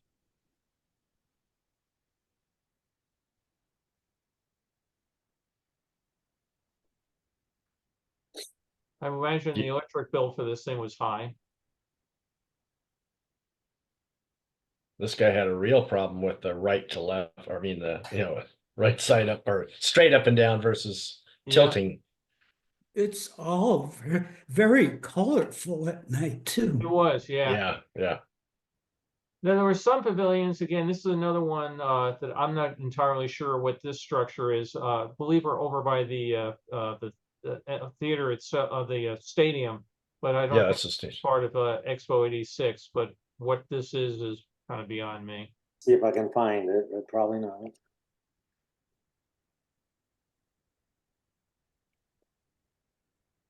Looks like you could come by fishing boat. I was thinking, Randy, when you're looking for the building with the electric cloud, I don't think I have that in the book. And the reason I probably didn't put it in the book is I couldn't figure out what it was. Yeah. Now, this is outside we're over near the stadium here, and you can see one of the roads that went outside. What was a good part of the design was they had a service road that ran around a large part of the perimeter, so they could stock restaurants and carry things in and out during the day. Unlike in the 64 fair, you would see garbage trucks going through the site in the middle of the day, or supply wagons, that sort of thing. This was all designed so it could be serviced out of sight, but during normal working hours. Bill, that building or that structure that was outside the BC Stadium, I don't think it's on the grounds. I think it might have been on the other side of that building or whatever. 'Cause Yeah, don't I think that might have been a sign they would use when they had sporting events and stuff like that for, you know, because it looked like those were TV screens that were the early version of putting them all together to make a giant picture. And I think that's what it was. It was part of their signage for events there, rock concerts or whatever they might do. Most likely. We hop from the one site, boom, now we're over at the port.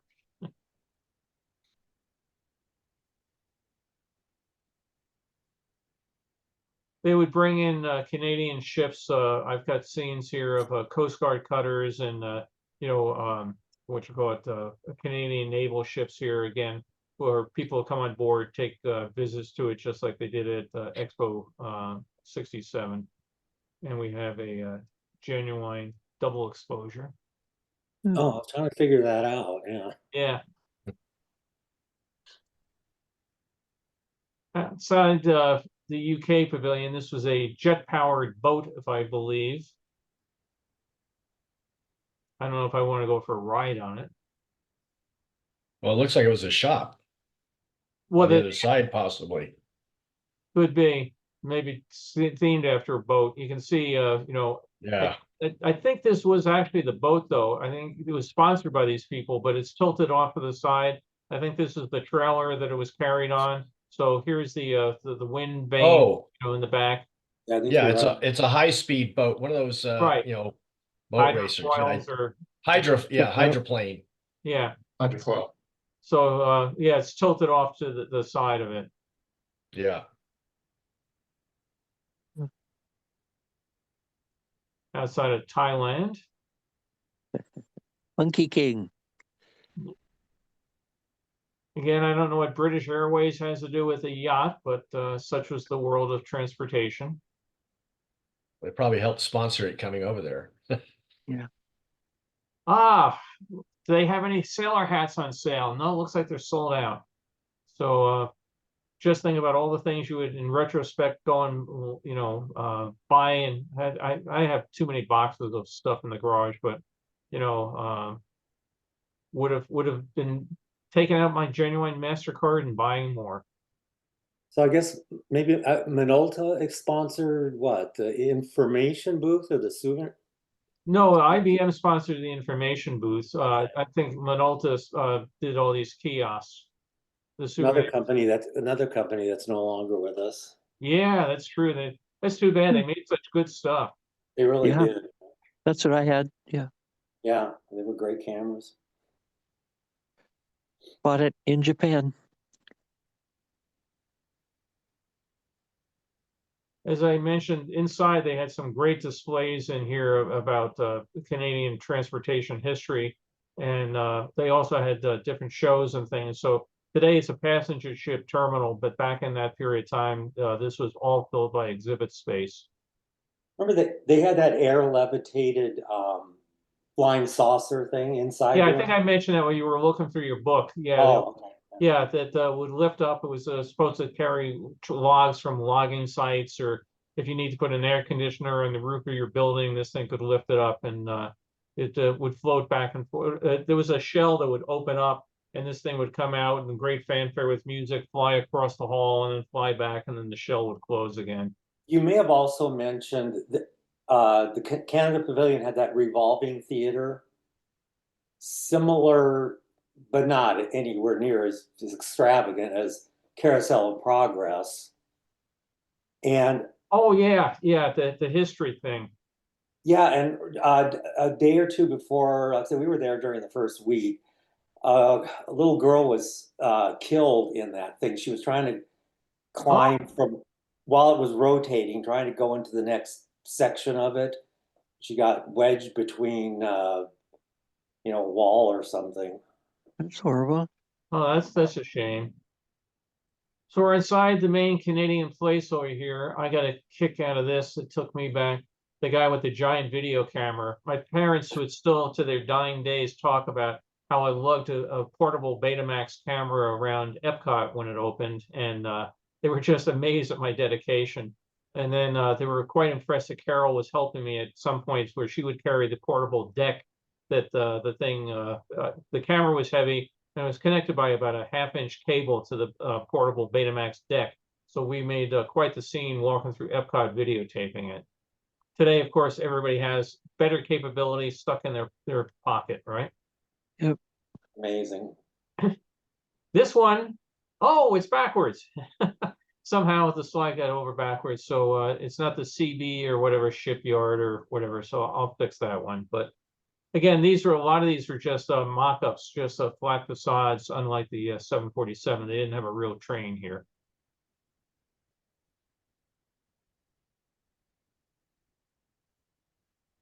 You have to promote what's coming up. So we got a big thing here. I love the mascot for it, for the upcoming Olympics. Behind it's the 360-degree theater showing the updated version of O Canada, the Expo 67 film that was updated by Disney for Telecom Canada.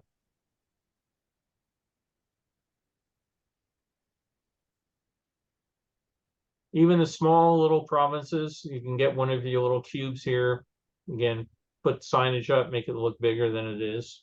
Oh, Bill, that purple pyramid building that earlier we were talking about, you thought was the imagination or whatever. It was Northwest Territories. That was Northwest, thanks.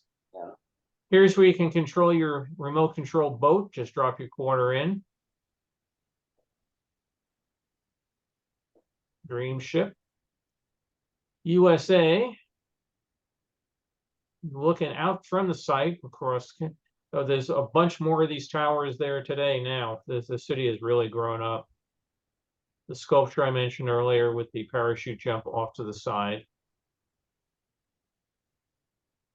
Back to BC Place. You are here. One monorail crossing this way, the other one going the other way.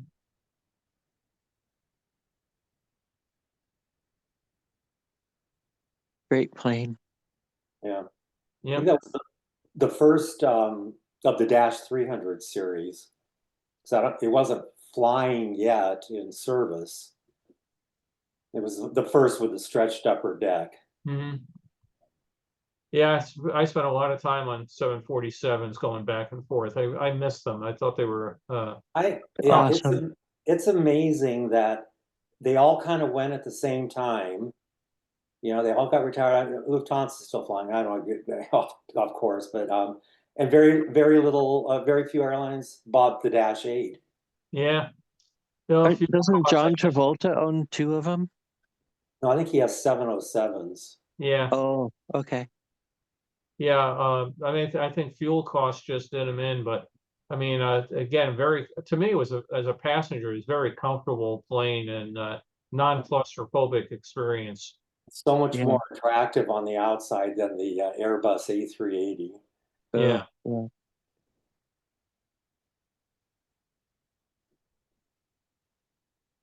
A Mountie standing there. I'm not quite sure what her costume or uniform is, but they have their sailor hats.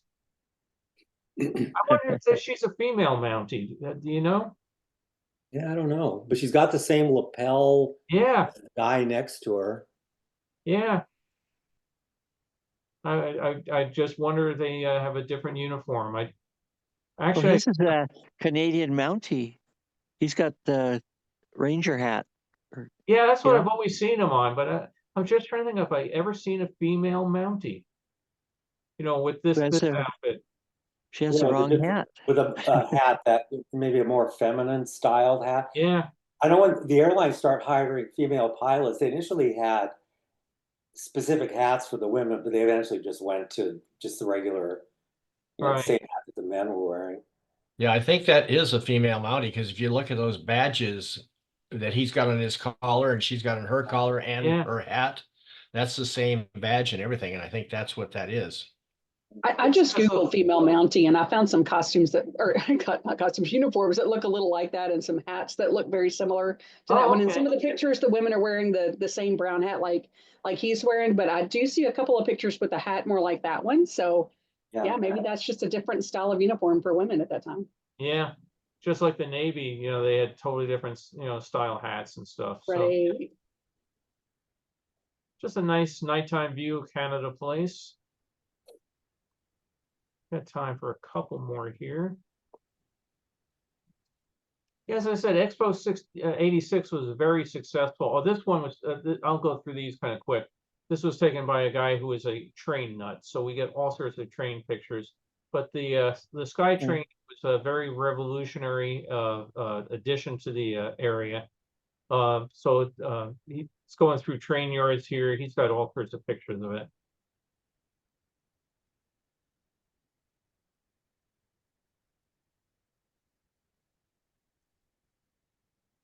I like trains, but I tell you, I would not be using an entire roll of film on a train going by.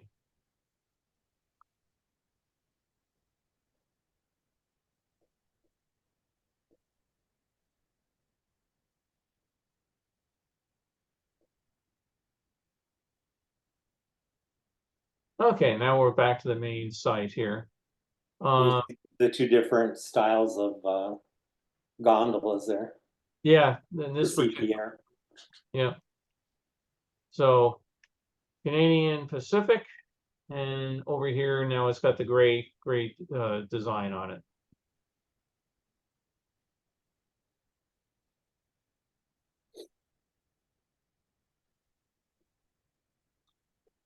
They had a big thing tying it in. They brought up the Union Pacific train, I forget the engine number that's real popular.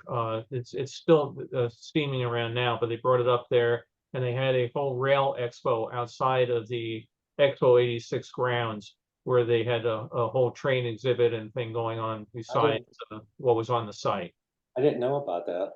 Yeah, yeah, they encourage different railroads and everything to participate. And Union Pacific brought theirs up, and I think that might have been the only big American one. But then they brought up a number of these are not the real Tom Thumb; it's recreations and that.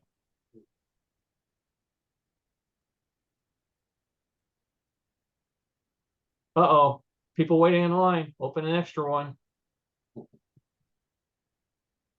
Okay, what's the red car? Ford LTD. Think it might be. The back end doesn't look quite right. I wonder if it's a Mercury version of it. Yeah, I was going to say Mercury. Yeah, I think it's a Mercury. That's a big piece of metal. The length of the hood. I know. Yeah. You know, there's a Donald Duck comic where he wins like some raffle or something, and he buys a car. The engine comes out to about here or something. But I see every now and then you see one of these old Cadillacs, and I keep thinking about Donald riding this possibly long car, and thinking, my God, I had a boss at a Cadillac at Warner Brothers, and trying to park that land yacht, and I didn't want the spot next to him. It was scary to watch. But again, bus, SkyTrain, C-Bus, you know, a big thing about transit at the time. So enough train pictures.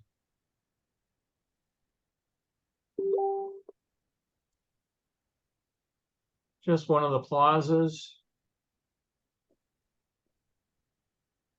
You know, Bill, you were mentioning about the wider avenues on the grounds and all that. There also was absolutely no shortage of like benches to sit on, water fountains, you know, just public utility type stuff that I think at Expo 67 they discovered shortly after it opened. They had to add a lot of stuff. Yeah, that's you don't get it all right, but well, there were a number of benches that I've seen, but yeah, they don't show up in a lot in all the pictures. More sailor hats, and if we look here at the sign here,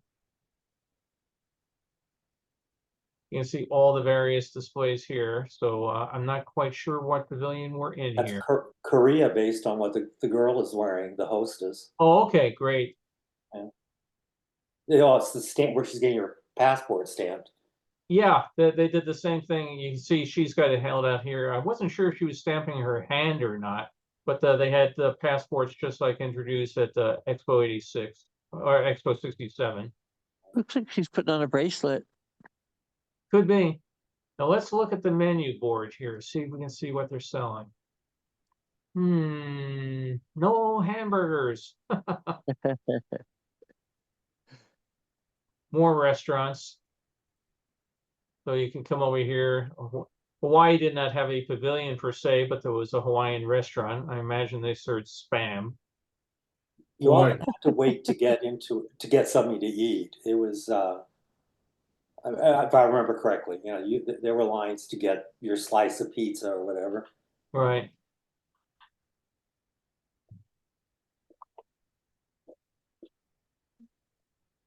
Carrie and I just celebrated our Sorry, go ahead. 49th.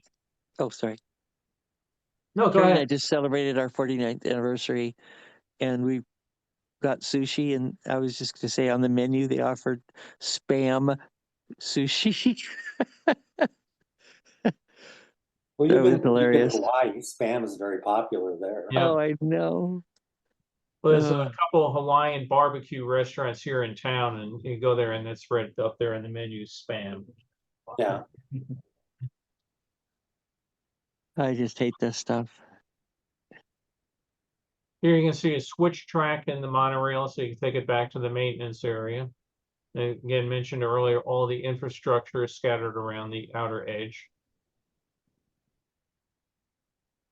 More trains. Did he get a picture of the maglev train? What's that? Did this train buff get a picture of the maglev train at the Japan Pavilion? No, I do have quite a few of them, and others that I actually did restore, and you know, not trying to sell the book, but if you like to buy the book, they're in the book. I need to get it. That's one of Yeah. the reasons I don't have. Yeah. I have some great maglev shots in the book. Space shuttle cut out up here on top of the 747. Yeah, the other half of the 747 is there. Yeah, this is just a giant cutout, you know, a two-dimensional thing. People getting dropped off, ready to go into the site. Not a pacer? Brown car in the middle there. I don't think so. No, it's not. It's not rounded enough. No, it's No. not. It just looked like it from a distance.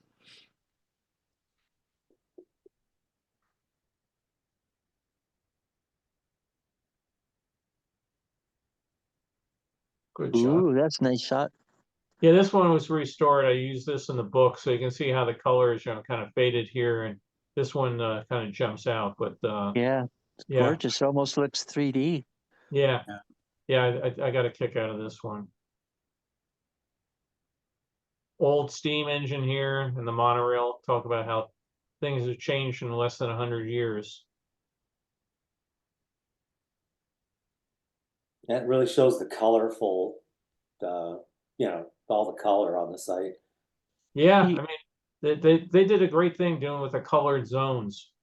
Yeah. Hey, Randy, was Switzerland there? Yeah, that's where the watch was. Yeah, that's what the swatch Oh, was. sure, right. Again, I just barbecue didn't. restaurant. This one was real popular down below. A big BBQ sign standing up to find it, but well done. Some of our many ticket booths. Whoever took these last few shots sure did a good job. What's that? Oh, Whoever did the last like 7 or 8 Yeah. shots did a good job.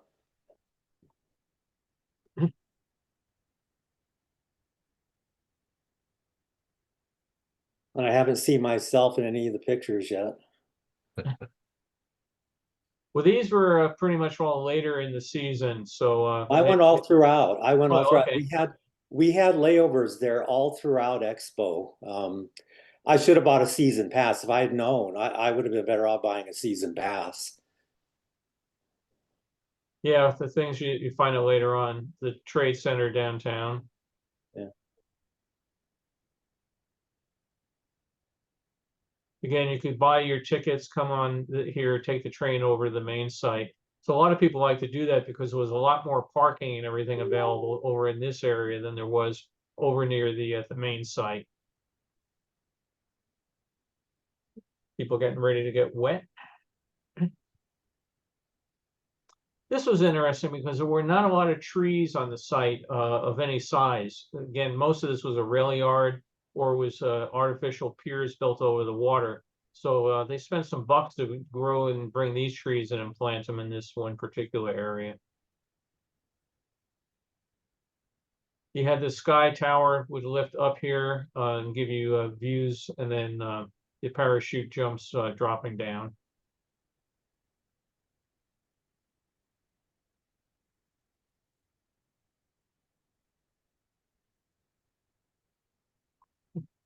Again, all these cutouts of things of different types of transportation, and all the pictures, flying horses, guys on motorcycles. It was everything transportation, transportation.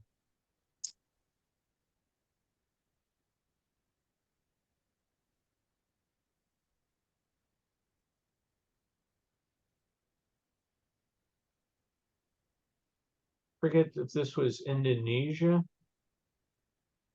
Trying to remember this one. Yeah, I don't recall. The U.S. had a fairly good sized one. This was one of the last ones the U.S. was putting money into because they had already committed to doing this by the time that the New Orleans one became a fiasco. But again, the U.S. government put a lot into it because of the space program. A lot of the interior displays were done by American companies.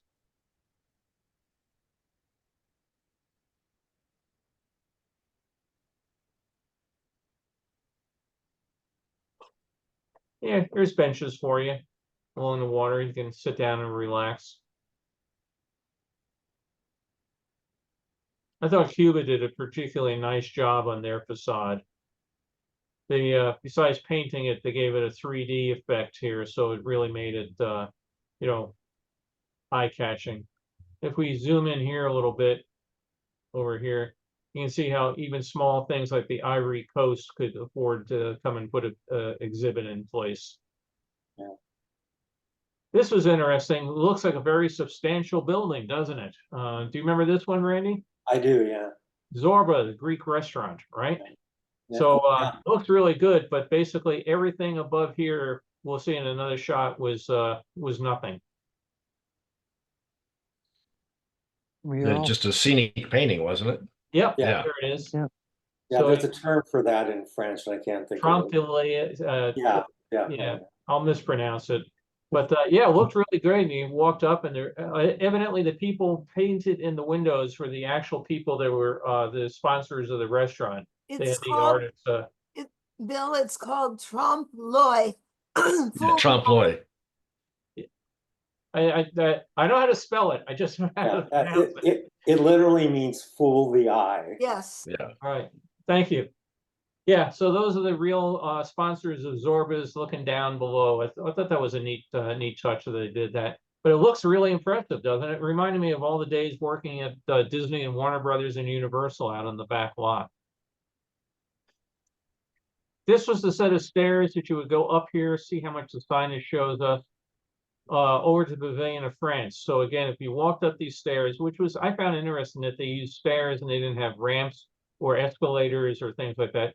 This is where you would get on that little glass cart that would go along the track over to the major French pavilion.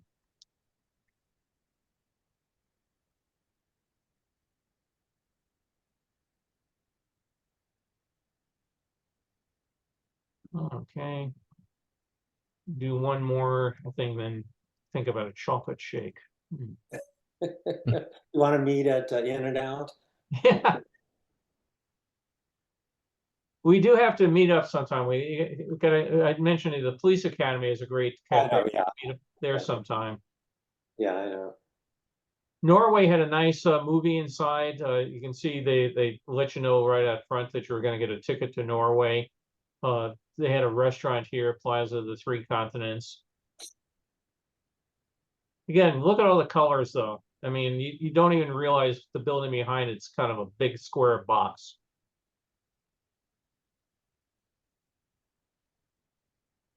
I don't remember which one this is inside. It might be Ontario.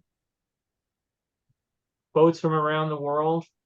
Some of them were just anchored there and you couldn't get to them. Others they gave tours of. Some of them charged, some of them were free. remember what ship that was? I was just gonna say, I don't remember what ship this was. It shows up a lot. It's very ornate. I'm gonna see if I can find it, but don't count on it. Okay. This guidebook is not very well organized, I'm discovering.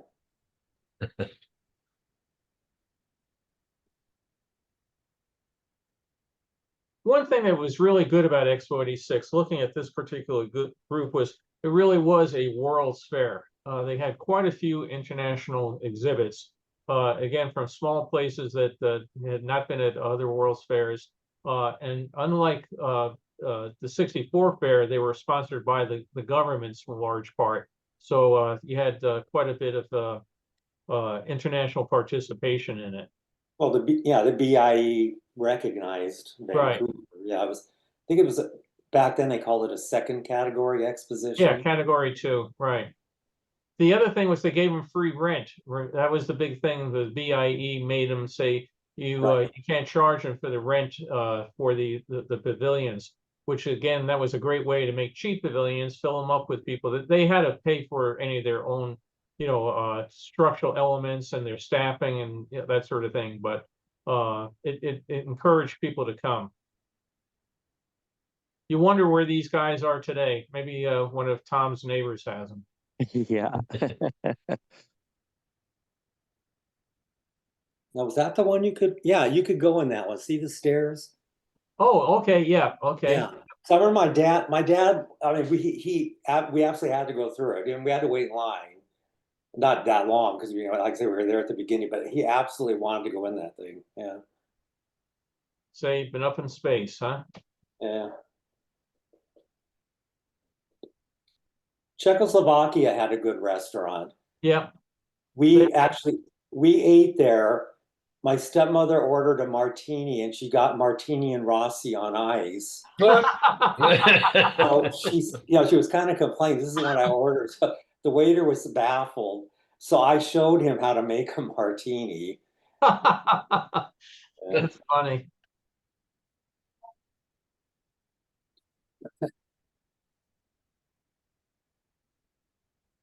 All sorts of sports memorabilia and gift shops, and over here you can again see figures working on the tri-motor.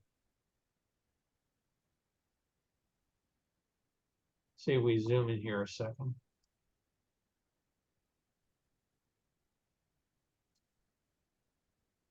Can't quite make out what that sign is saying.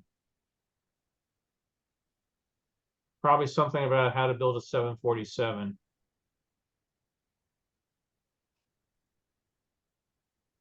There's the Ford tri-motor again.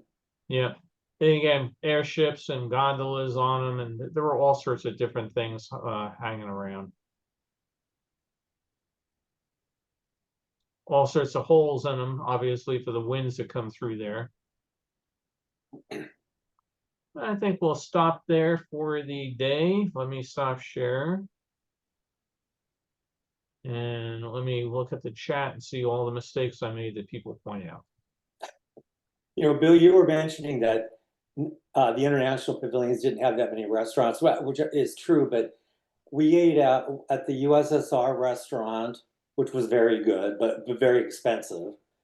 We ate at the Northwest Territories Pavilion and had, what do you call it?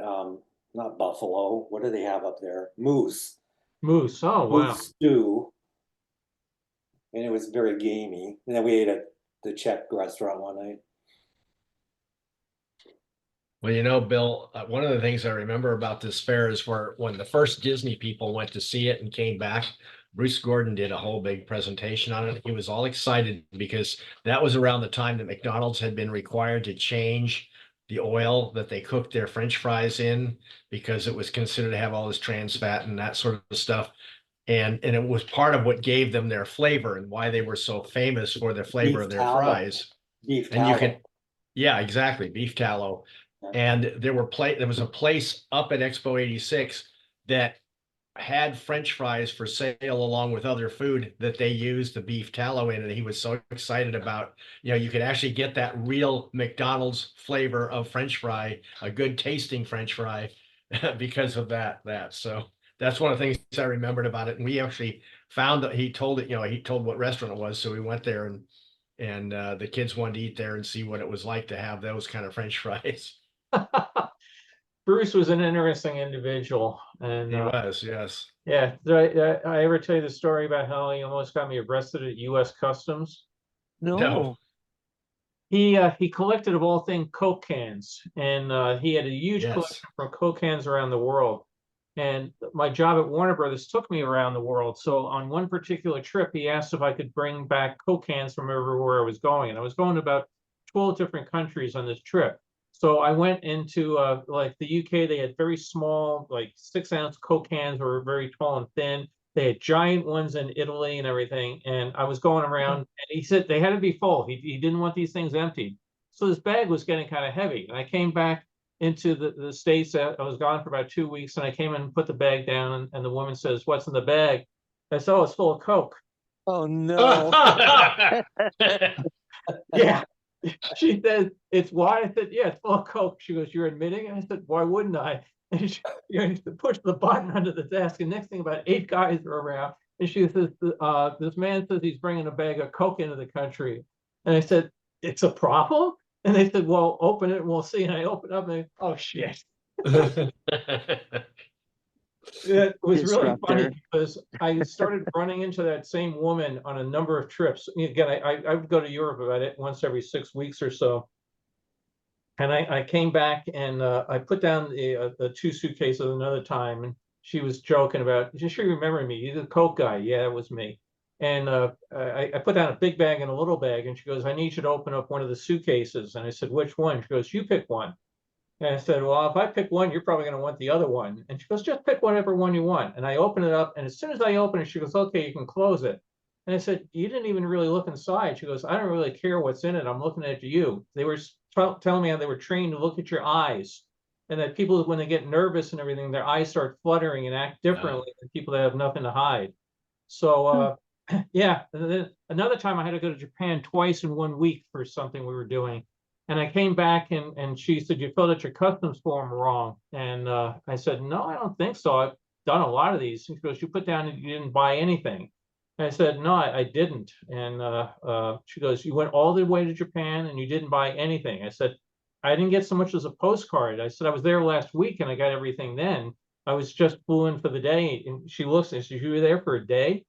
And I said, "Yeah." She goes, "Why did you have to go to Japan for a day?" And I said, "Oh, we had a meeting. They weren't doing what they had to do. And my boss made me fly over there and yell at him." And she goes, "Your boss made you go to Japan for a day?"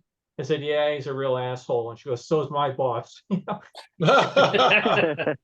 She was always friendly. And sometimes I wouldn't be on her line. She'd wave to me and I'd wave to her. And people said, "You must travel a lot." Yeah. Those people know you. So who was the president then? Our That was her boss, right? Oh, Yeah. yeah. No, I think she was talking about her supervisor. Oh, okay. Yeah, I just really Bill, oh, I'm sorry. I got a real kick out of how, again, she was focusing on, and I didn't even realize that she's focusing on the eyes and watching your eye movements and stuff. So Bill, I've had that same issue. I've been traveling on an employee pass, and I'm able to go just to see, whatever Expo, whatever Expo 92 for 3 days, and I don't buy anything other than books is what I'll usually buy about the fair. And I fill out, that I bought a book, $10, and they questioned me like, you went all the way to Spain and you didn't buy anything, and other than this book. And it's like, I work for an airline. I went there for 3 days. It's like I didn't go there to buy, Spanish wine or whatever. They're always amazed that even though I'm there for 3 days, I didn't like load up my suitcase with all kinds of goods from whatever country I'm in. yeah. Carol, would you like to tell the story about your relative with the sausage? You're muted.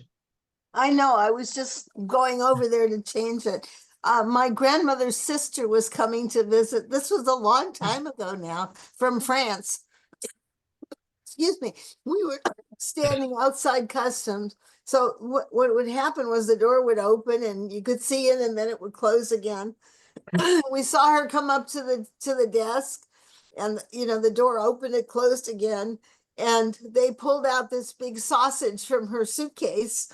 And anyway, long story short, she had a big argument with them and they took it away anyway because it was a sausage. You weren't allowed to do that. And she was really upset about it. So she came through. She said they only took it because they know how good it is and they want it for themselves.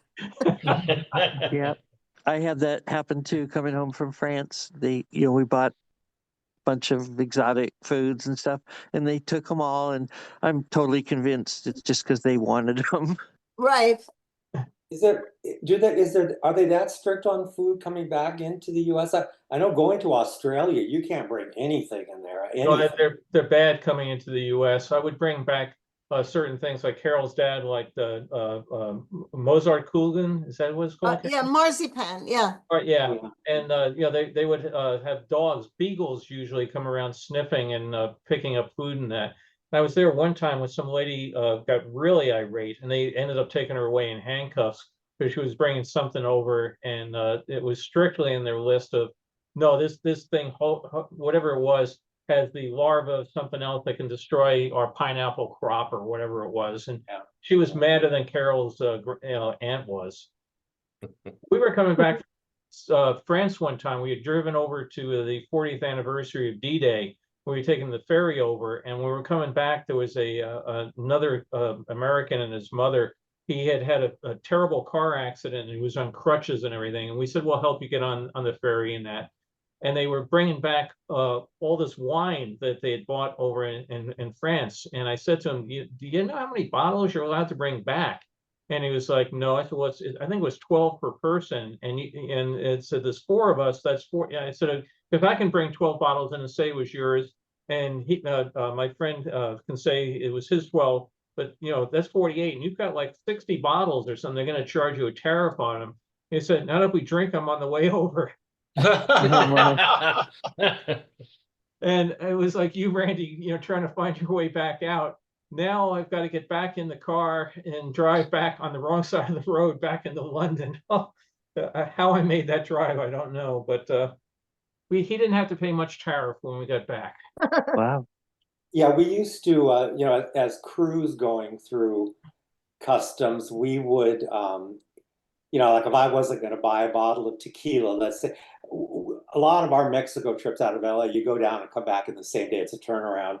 Yeah, like an hour, a little over an hour on the ground, so they service the plane. But so go out and buy tequila.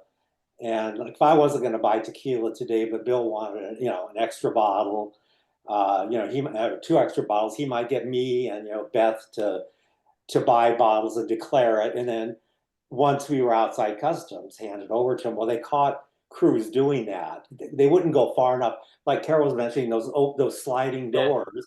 They'd be just outside the sliding doors, and they'd watch us, hand over 3 bottles of tequila to Bill. Well, they finally went out and grabbed these crew members. You can't do that.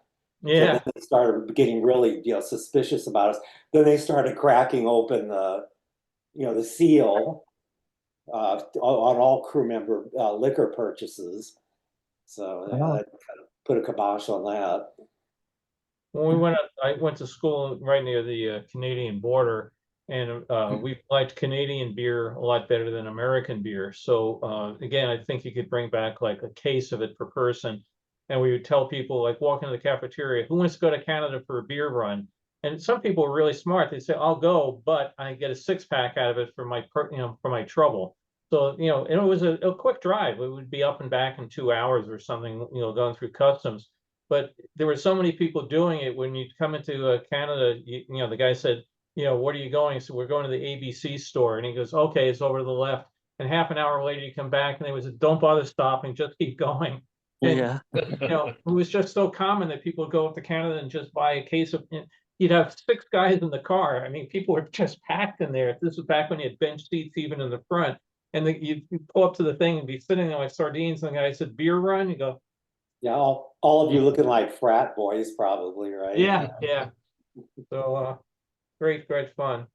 And Well, enjoying their nice weather. We're going to be 87 here on Thursday. oh no. Yeah, it's hard to believe. we're up in Seattle 2 weeks ago, it was 8, so it's a change of pace. Bill, before I forget, I'd like to, you gave a great talk on Brussels, excuse me, a few weeks ago. I don't think you've discovered this online. Anybody else who is interested on Facebook, there's a guy, I think he recently started, it's a Brussels World's Fair Facebook page. I'm gonna Exposition Universelle Brussels 1958. His name is Mark Jean. It's Jaune. It's excellent. It is excellent. Look for it, Bill. I mean, what he does is he'll pick. Last week he did the Hungarian pavilion, and I mean every facet of that pavilion, inside and out, he covered. Right now he's doing books about Expo 58 or the Brussels World's Fair, and apparently a lot of them are still available. I guess maybe if you went on European version of Amazon or whatever, you could find them. But really a well done Facebook page. Great, I'll make a note of that. Thank you. Yeah. Here, I can hold this up to the camera. Can you see that? I don't know if you can see it. Where am I here? There. Oh, it's backwards. Yeah. I'll read it backwards. No, it's good for us. Yeah. Great, I was going to mention, Carrie and I went to New Zealand, and at the Rotorua airport in, I think that's southern New Zealand. Anyway, they had absolutely zero airport security. No metal detectors to walk through, no TSA people, absolutely nothing. You just, like the old days, we just went and sat down in a chair and waited for the plane to go and went and got on it. And, some of the remote airports in Africa were like that too. Did you fly on was it Air New Zealand that serviced the airport? I had one trip to Auckland where the line for security was out through all the way through the terminal, back out of the parking lot. It was terrible. They had some problem with their metal detectors, and it was like, oh my God, I'm not going to make this flight, and I've got to go and get on the plane because I'm flying to Tahiti to meet Carol. How am I going to get there? What am I going to do? And a woman comes out and says, anybody here on whatever first flight. class or business? And and she goes, okay, come with me. And some people were like, well, I'm coach. And she said, well, I can't help you. Well, they went with us anyway. She literally just opened the door, took us in. Here's the plane, get on board. Wow. Holy crap. Yeah, So cool. Maui is like that. For a long time, the airline representatives would go out and say, anybody on Delta flight, 1, 2, 3, and the TSA would allow them to be escorted up to the front of the line. They stopped doing that. And I can't tell you how many times the flight was overbooked by 50. Wow. Out with 30 empty seats because people would get there 45 minutes before the flight. Not make it. Stuck in a line that went out through the parking lot. Wow. We were in Japan one trip and the line was insane. I was with this big German fellow, Hans Frenschek, and it was like, how are we going to get there? And we were on different flights because he was flying to New York, I was flying to LA. But Hans just said, follow me. And I tell you, if you've ever wanted to see the Red Sea parted, he just pushed through that crowd of people and they were all yelling and screaming at him in Japanese. And we got up to the front of the line and they were trying to tell us you need to go to the back. And Hans just kept pushing. They finally decided not to argue with him. I'm with him. Hey, this week, if you're in the mood for a total in-depth immersion for the 1964 World's Fair, I'm continuing my series of talks for the Explorer Club out of New York. It's going to be Thursday at I think it's Adventure Club, not Explorer. Adventure Club, yes, right. I keep thinking Explorer Club, that going down to Disney World or something. But I'm going to be doing 5 talks, 5 weeks in a row on the different theme areas of the 64, 65 New York Fair. So this first week, I'm going to be starting with the federal and state pavilions. So if you ever want to see more pictures than you ever thought you could see of the Alaska Pavilion or Missouri or some of those others, then each week I'm going to take a special bonus section, whether it's the phone booths or the luminaires or, because certain things don't fit in exact, particular things. They're scattered along the site. I'm going to send out the link to everybody on this. Oh, thanks for the link there, Beth. I'll check that out. I'll send out the link to it, but it's going to go for 5 weeks, 2 hours at a time. And if you need to see any pictures of the 64 fair, I'm looking and said, boy, I could go on for hours and hours, but I'm going to bore people to tears. So how many pictures do I need of the Long Island Railroad exhibit? Oh, but that's a really cool one of the ducks being hatched. So anyway, it's fun putting these things together. If you're able to join it, the way they do it is if you can't see it live, you can see it for 1 week after the end of the series. So the first week is available for 6 weeks, the second week for 5 weeks, that sort of thing. When I just did the Expo 67 talk, somebody said, oh, I waited too long, I can't see it, you know, what do I do? So I said, I don't know. So it, but it's fun putting it together. So if anybody's able to join, that's great. If not, if you've seen enough of the 64 fair, I can certainly understand. So hope people are having a good time with your weather. And Don, your weather and ours could not be more different, but I'm enjoying all your webcam, trail cam pictures. Oh, thanks. Yeah, most of my trail cams are under the snow right now. I haven't bothered to dig them out. Wow. I'm gonna be wearing this T-shirt outside to go do stuff today. It's just We nice. hate you.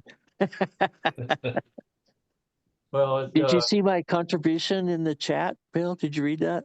which one was that? Towards the end.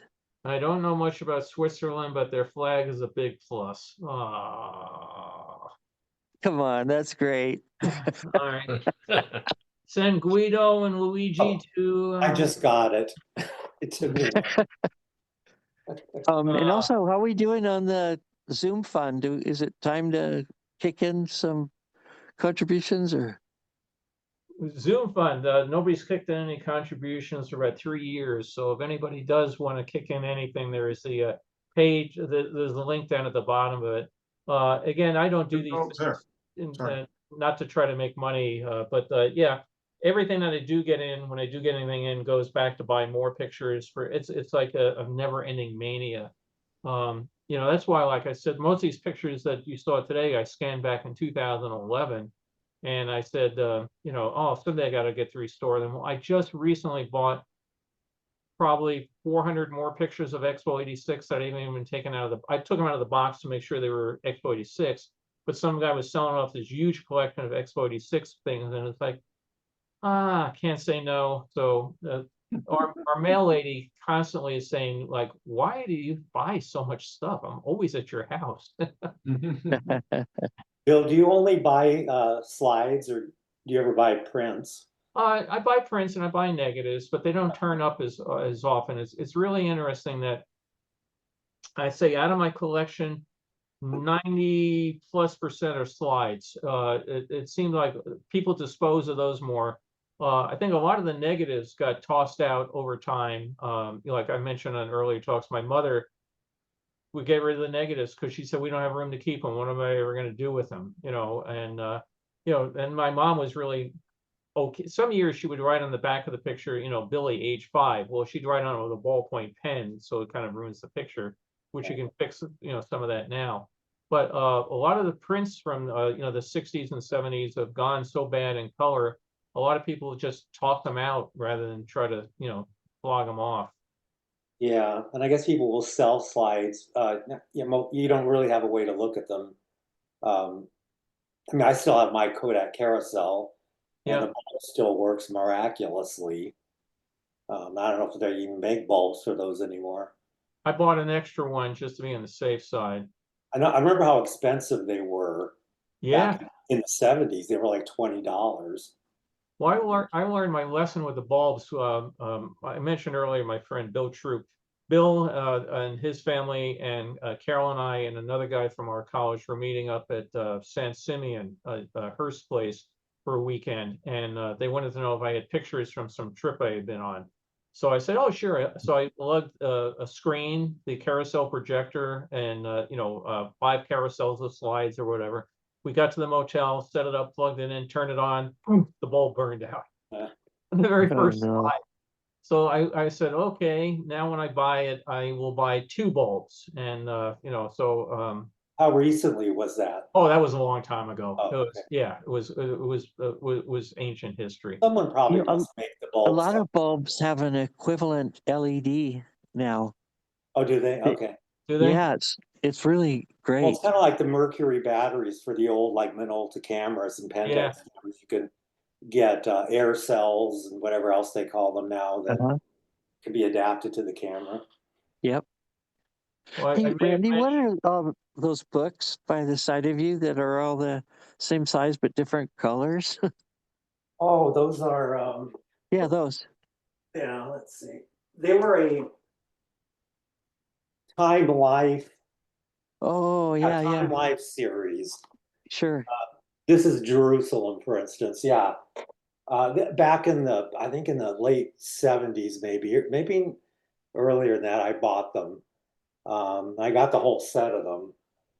They also did one on, they used to do they did one on a series on photography too. And then for about 4 or 5 years, they did the like a yearbook, you know, for to add on to Yeah, that photography series, like latest yeah. you know, stuff and all that. But they stopped doing that several years back. I Yeah, will really Time good Life, series. Actually, yeah, Disney did a series like that, and of course, World Book did as well. Yeah. Yeah, I have yeah. the Time Life photography ones with the yellow Kodak spines upstairs. Around my yeah, and mine are black. They have black spines, black like fabric spines. And a lot of it's just like artsy photo stuff, but then they'll have a chapter on, you know, the latest, like when the SX70 came out, for instance, Right. you know, on that the technological advances. Well, you mentioned the Kodak carousel. That was one of my first job offers I had it coming out of college. Obviously been big into photography forever, and I got invited up to Rochester to interview with Kodak, and I was really impressed. As they flew me from New York City up to Rochester, and you know I had a Kodak car pick me up and a loosely binding with my name printed on it. And I went in, and they said that the job was working on Kodak cameras, and the issue was they wanted to make them last during the warranty period but not forever, because they said they learned their Built-in obsolescence. Yeah. yes, planned obsolescence. They learned their lesson with some of the old brownies that people would still use them. So why would you ever buy anything new? But they also wanted them to be. They said they had interesting design consideration that they had to last long enough for the warranty period, but not forever. But they needed to be made cheap enough to fix if they broke during the warranty period, but then too expensive for anybody other than Kodak to fix after the warranty period. So I said, you know, I don't think this is what I want to do. I mean, as a young, you know, idealistic engineer, and I said, thank you, but I mean, right on the spot, I told them I don't want this job. So they said, well, go to lunch. We'll figure out something else. And I came back from lunch and I said, okay, we got something else for you. How would you like to be a designer on the next line of Kodak carousel projectors? And I said, oh, okay. So I went and talked to him about that. And I thought that over about an hour. And I said, how far can you take this technology? I mean, what can you do with it after some time? You know, I mean, no. And then the Navy said, how would you like to build atomic bombs? I said, okay, that sounds a lot more fun. But I still remember being so disappointed in Kodak. They had a whole planned obsolescence department. And I just thank God I didn't go there because their pension would be worth Zippo today. Yeah, really. Yeah, because the Kodak carousel projectors were, the creme de la creme of slide projectors.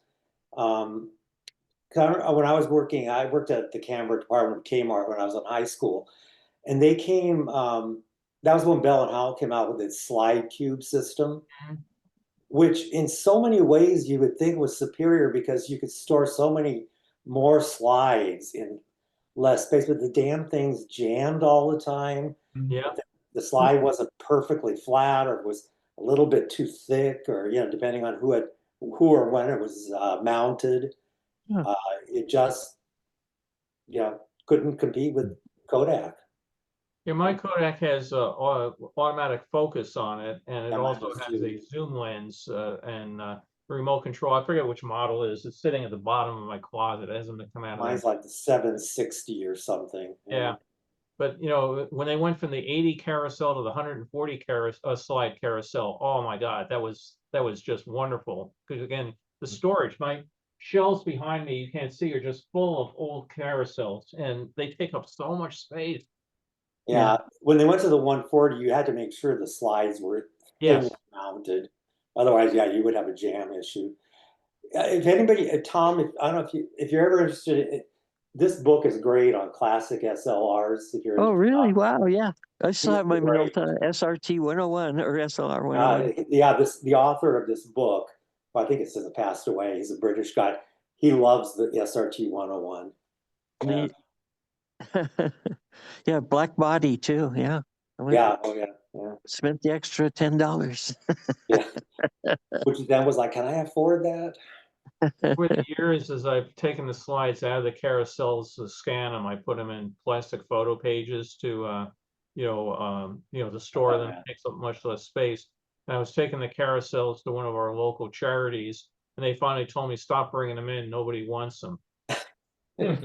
Yeah, there's a retro row here in Long Beach where they sell, there's all these shops that sell vintage stuff, and one of them has like a whole room of empty carousels,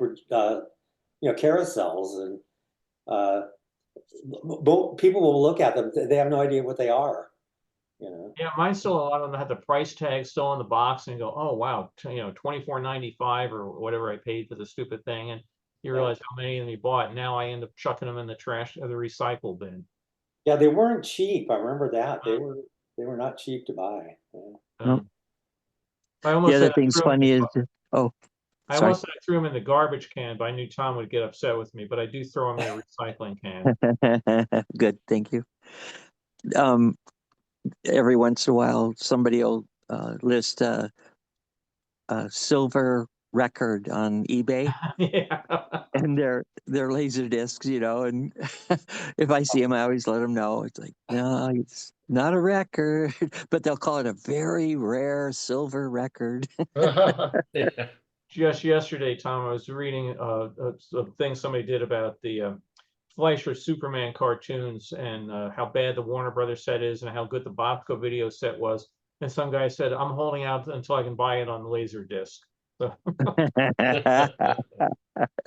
I still got a ton of those and stuck in a corner of the dining room. So Oh, I've got thousands. years. I remember when those came out. I never got into that technology, but a friend of mine did. And I remember him showing The Sound of Music when it came out on Laserdisc. I was amazed. It was so much better than VHS or Beta. Well, especially the sound. Yeah, oh yeah. They still haven't equaled the sound that comes out on a laser disc. Well, I mentioned Bruce Gordon earlier. Bruce was really big into laser discs, and he was the one that got me hooked on it. And going to Japan, another Imagineer, Tony Baxter, really big in the laser disc. So I'd go to the Akihabara electronic area, and Tony would give me a list. Like one of the ones he really, really wanted to get was The First Men in the Moon, and it was only available in Japan. So I said, okay, I'll make the deal with you. I'll buy these, but I'll give them to you after I've had a chance to watch them. And the suitcase were so heavy at times, and after a while I realized, because again, over 50 pounds they're going to charge it. I could just take it back to the Warner Brother office, put it in a box, and say mail it to me in the States. And I didn't have any problems with customs or anything else. But I brought back a lot of laser discs from Japan for years. They're worth the most. And of course, Song of the South was such a big deal. I remember having a friend grab that one for me. Hey, Michelle, where did you get your shirt? Stand up so we can see it.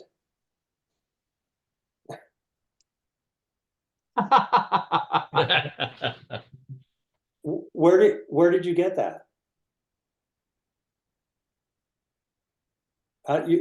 You're muted. You're muted. Yes, I know, because I'm looking at different screens and I couldn't get my mouse to go to the correct spot. I bought it from Paint the Pavilion Project. Oh. So they have a whole bunch of shirts, t-shirts, and sweaters.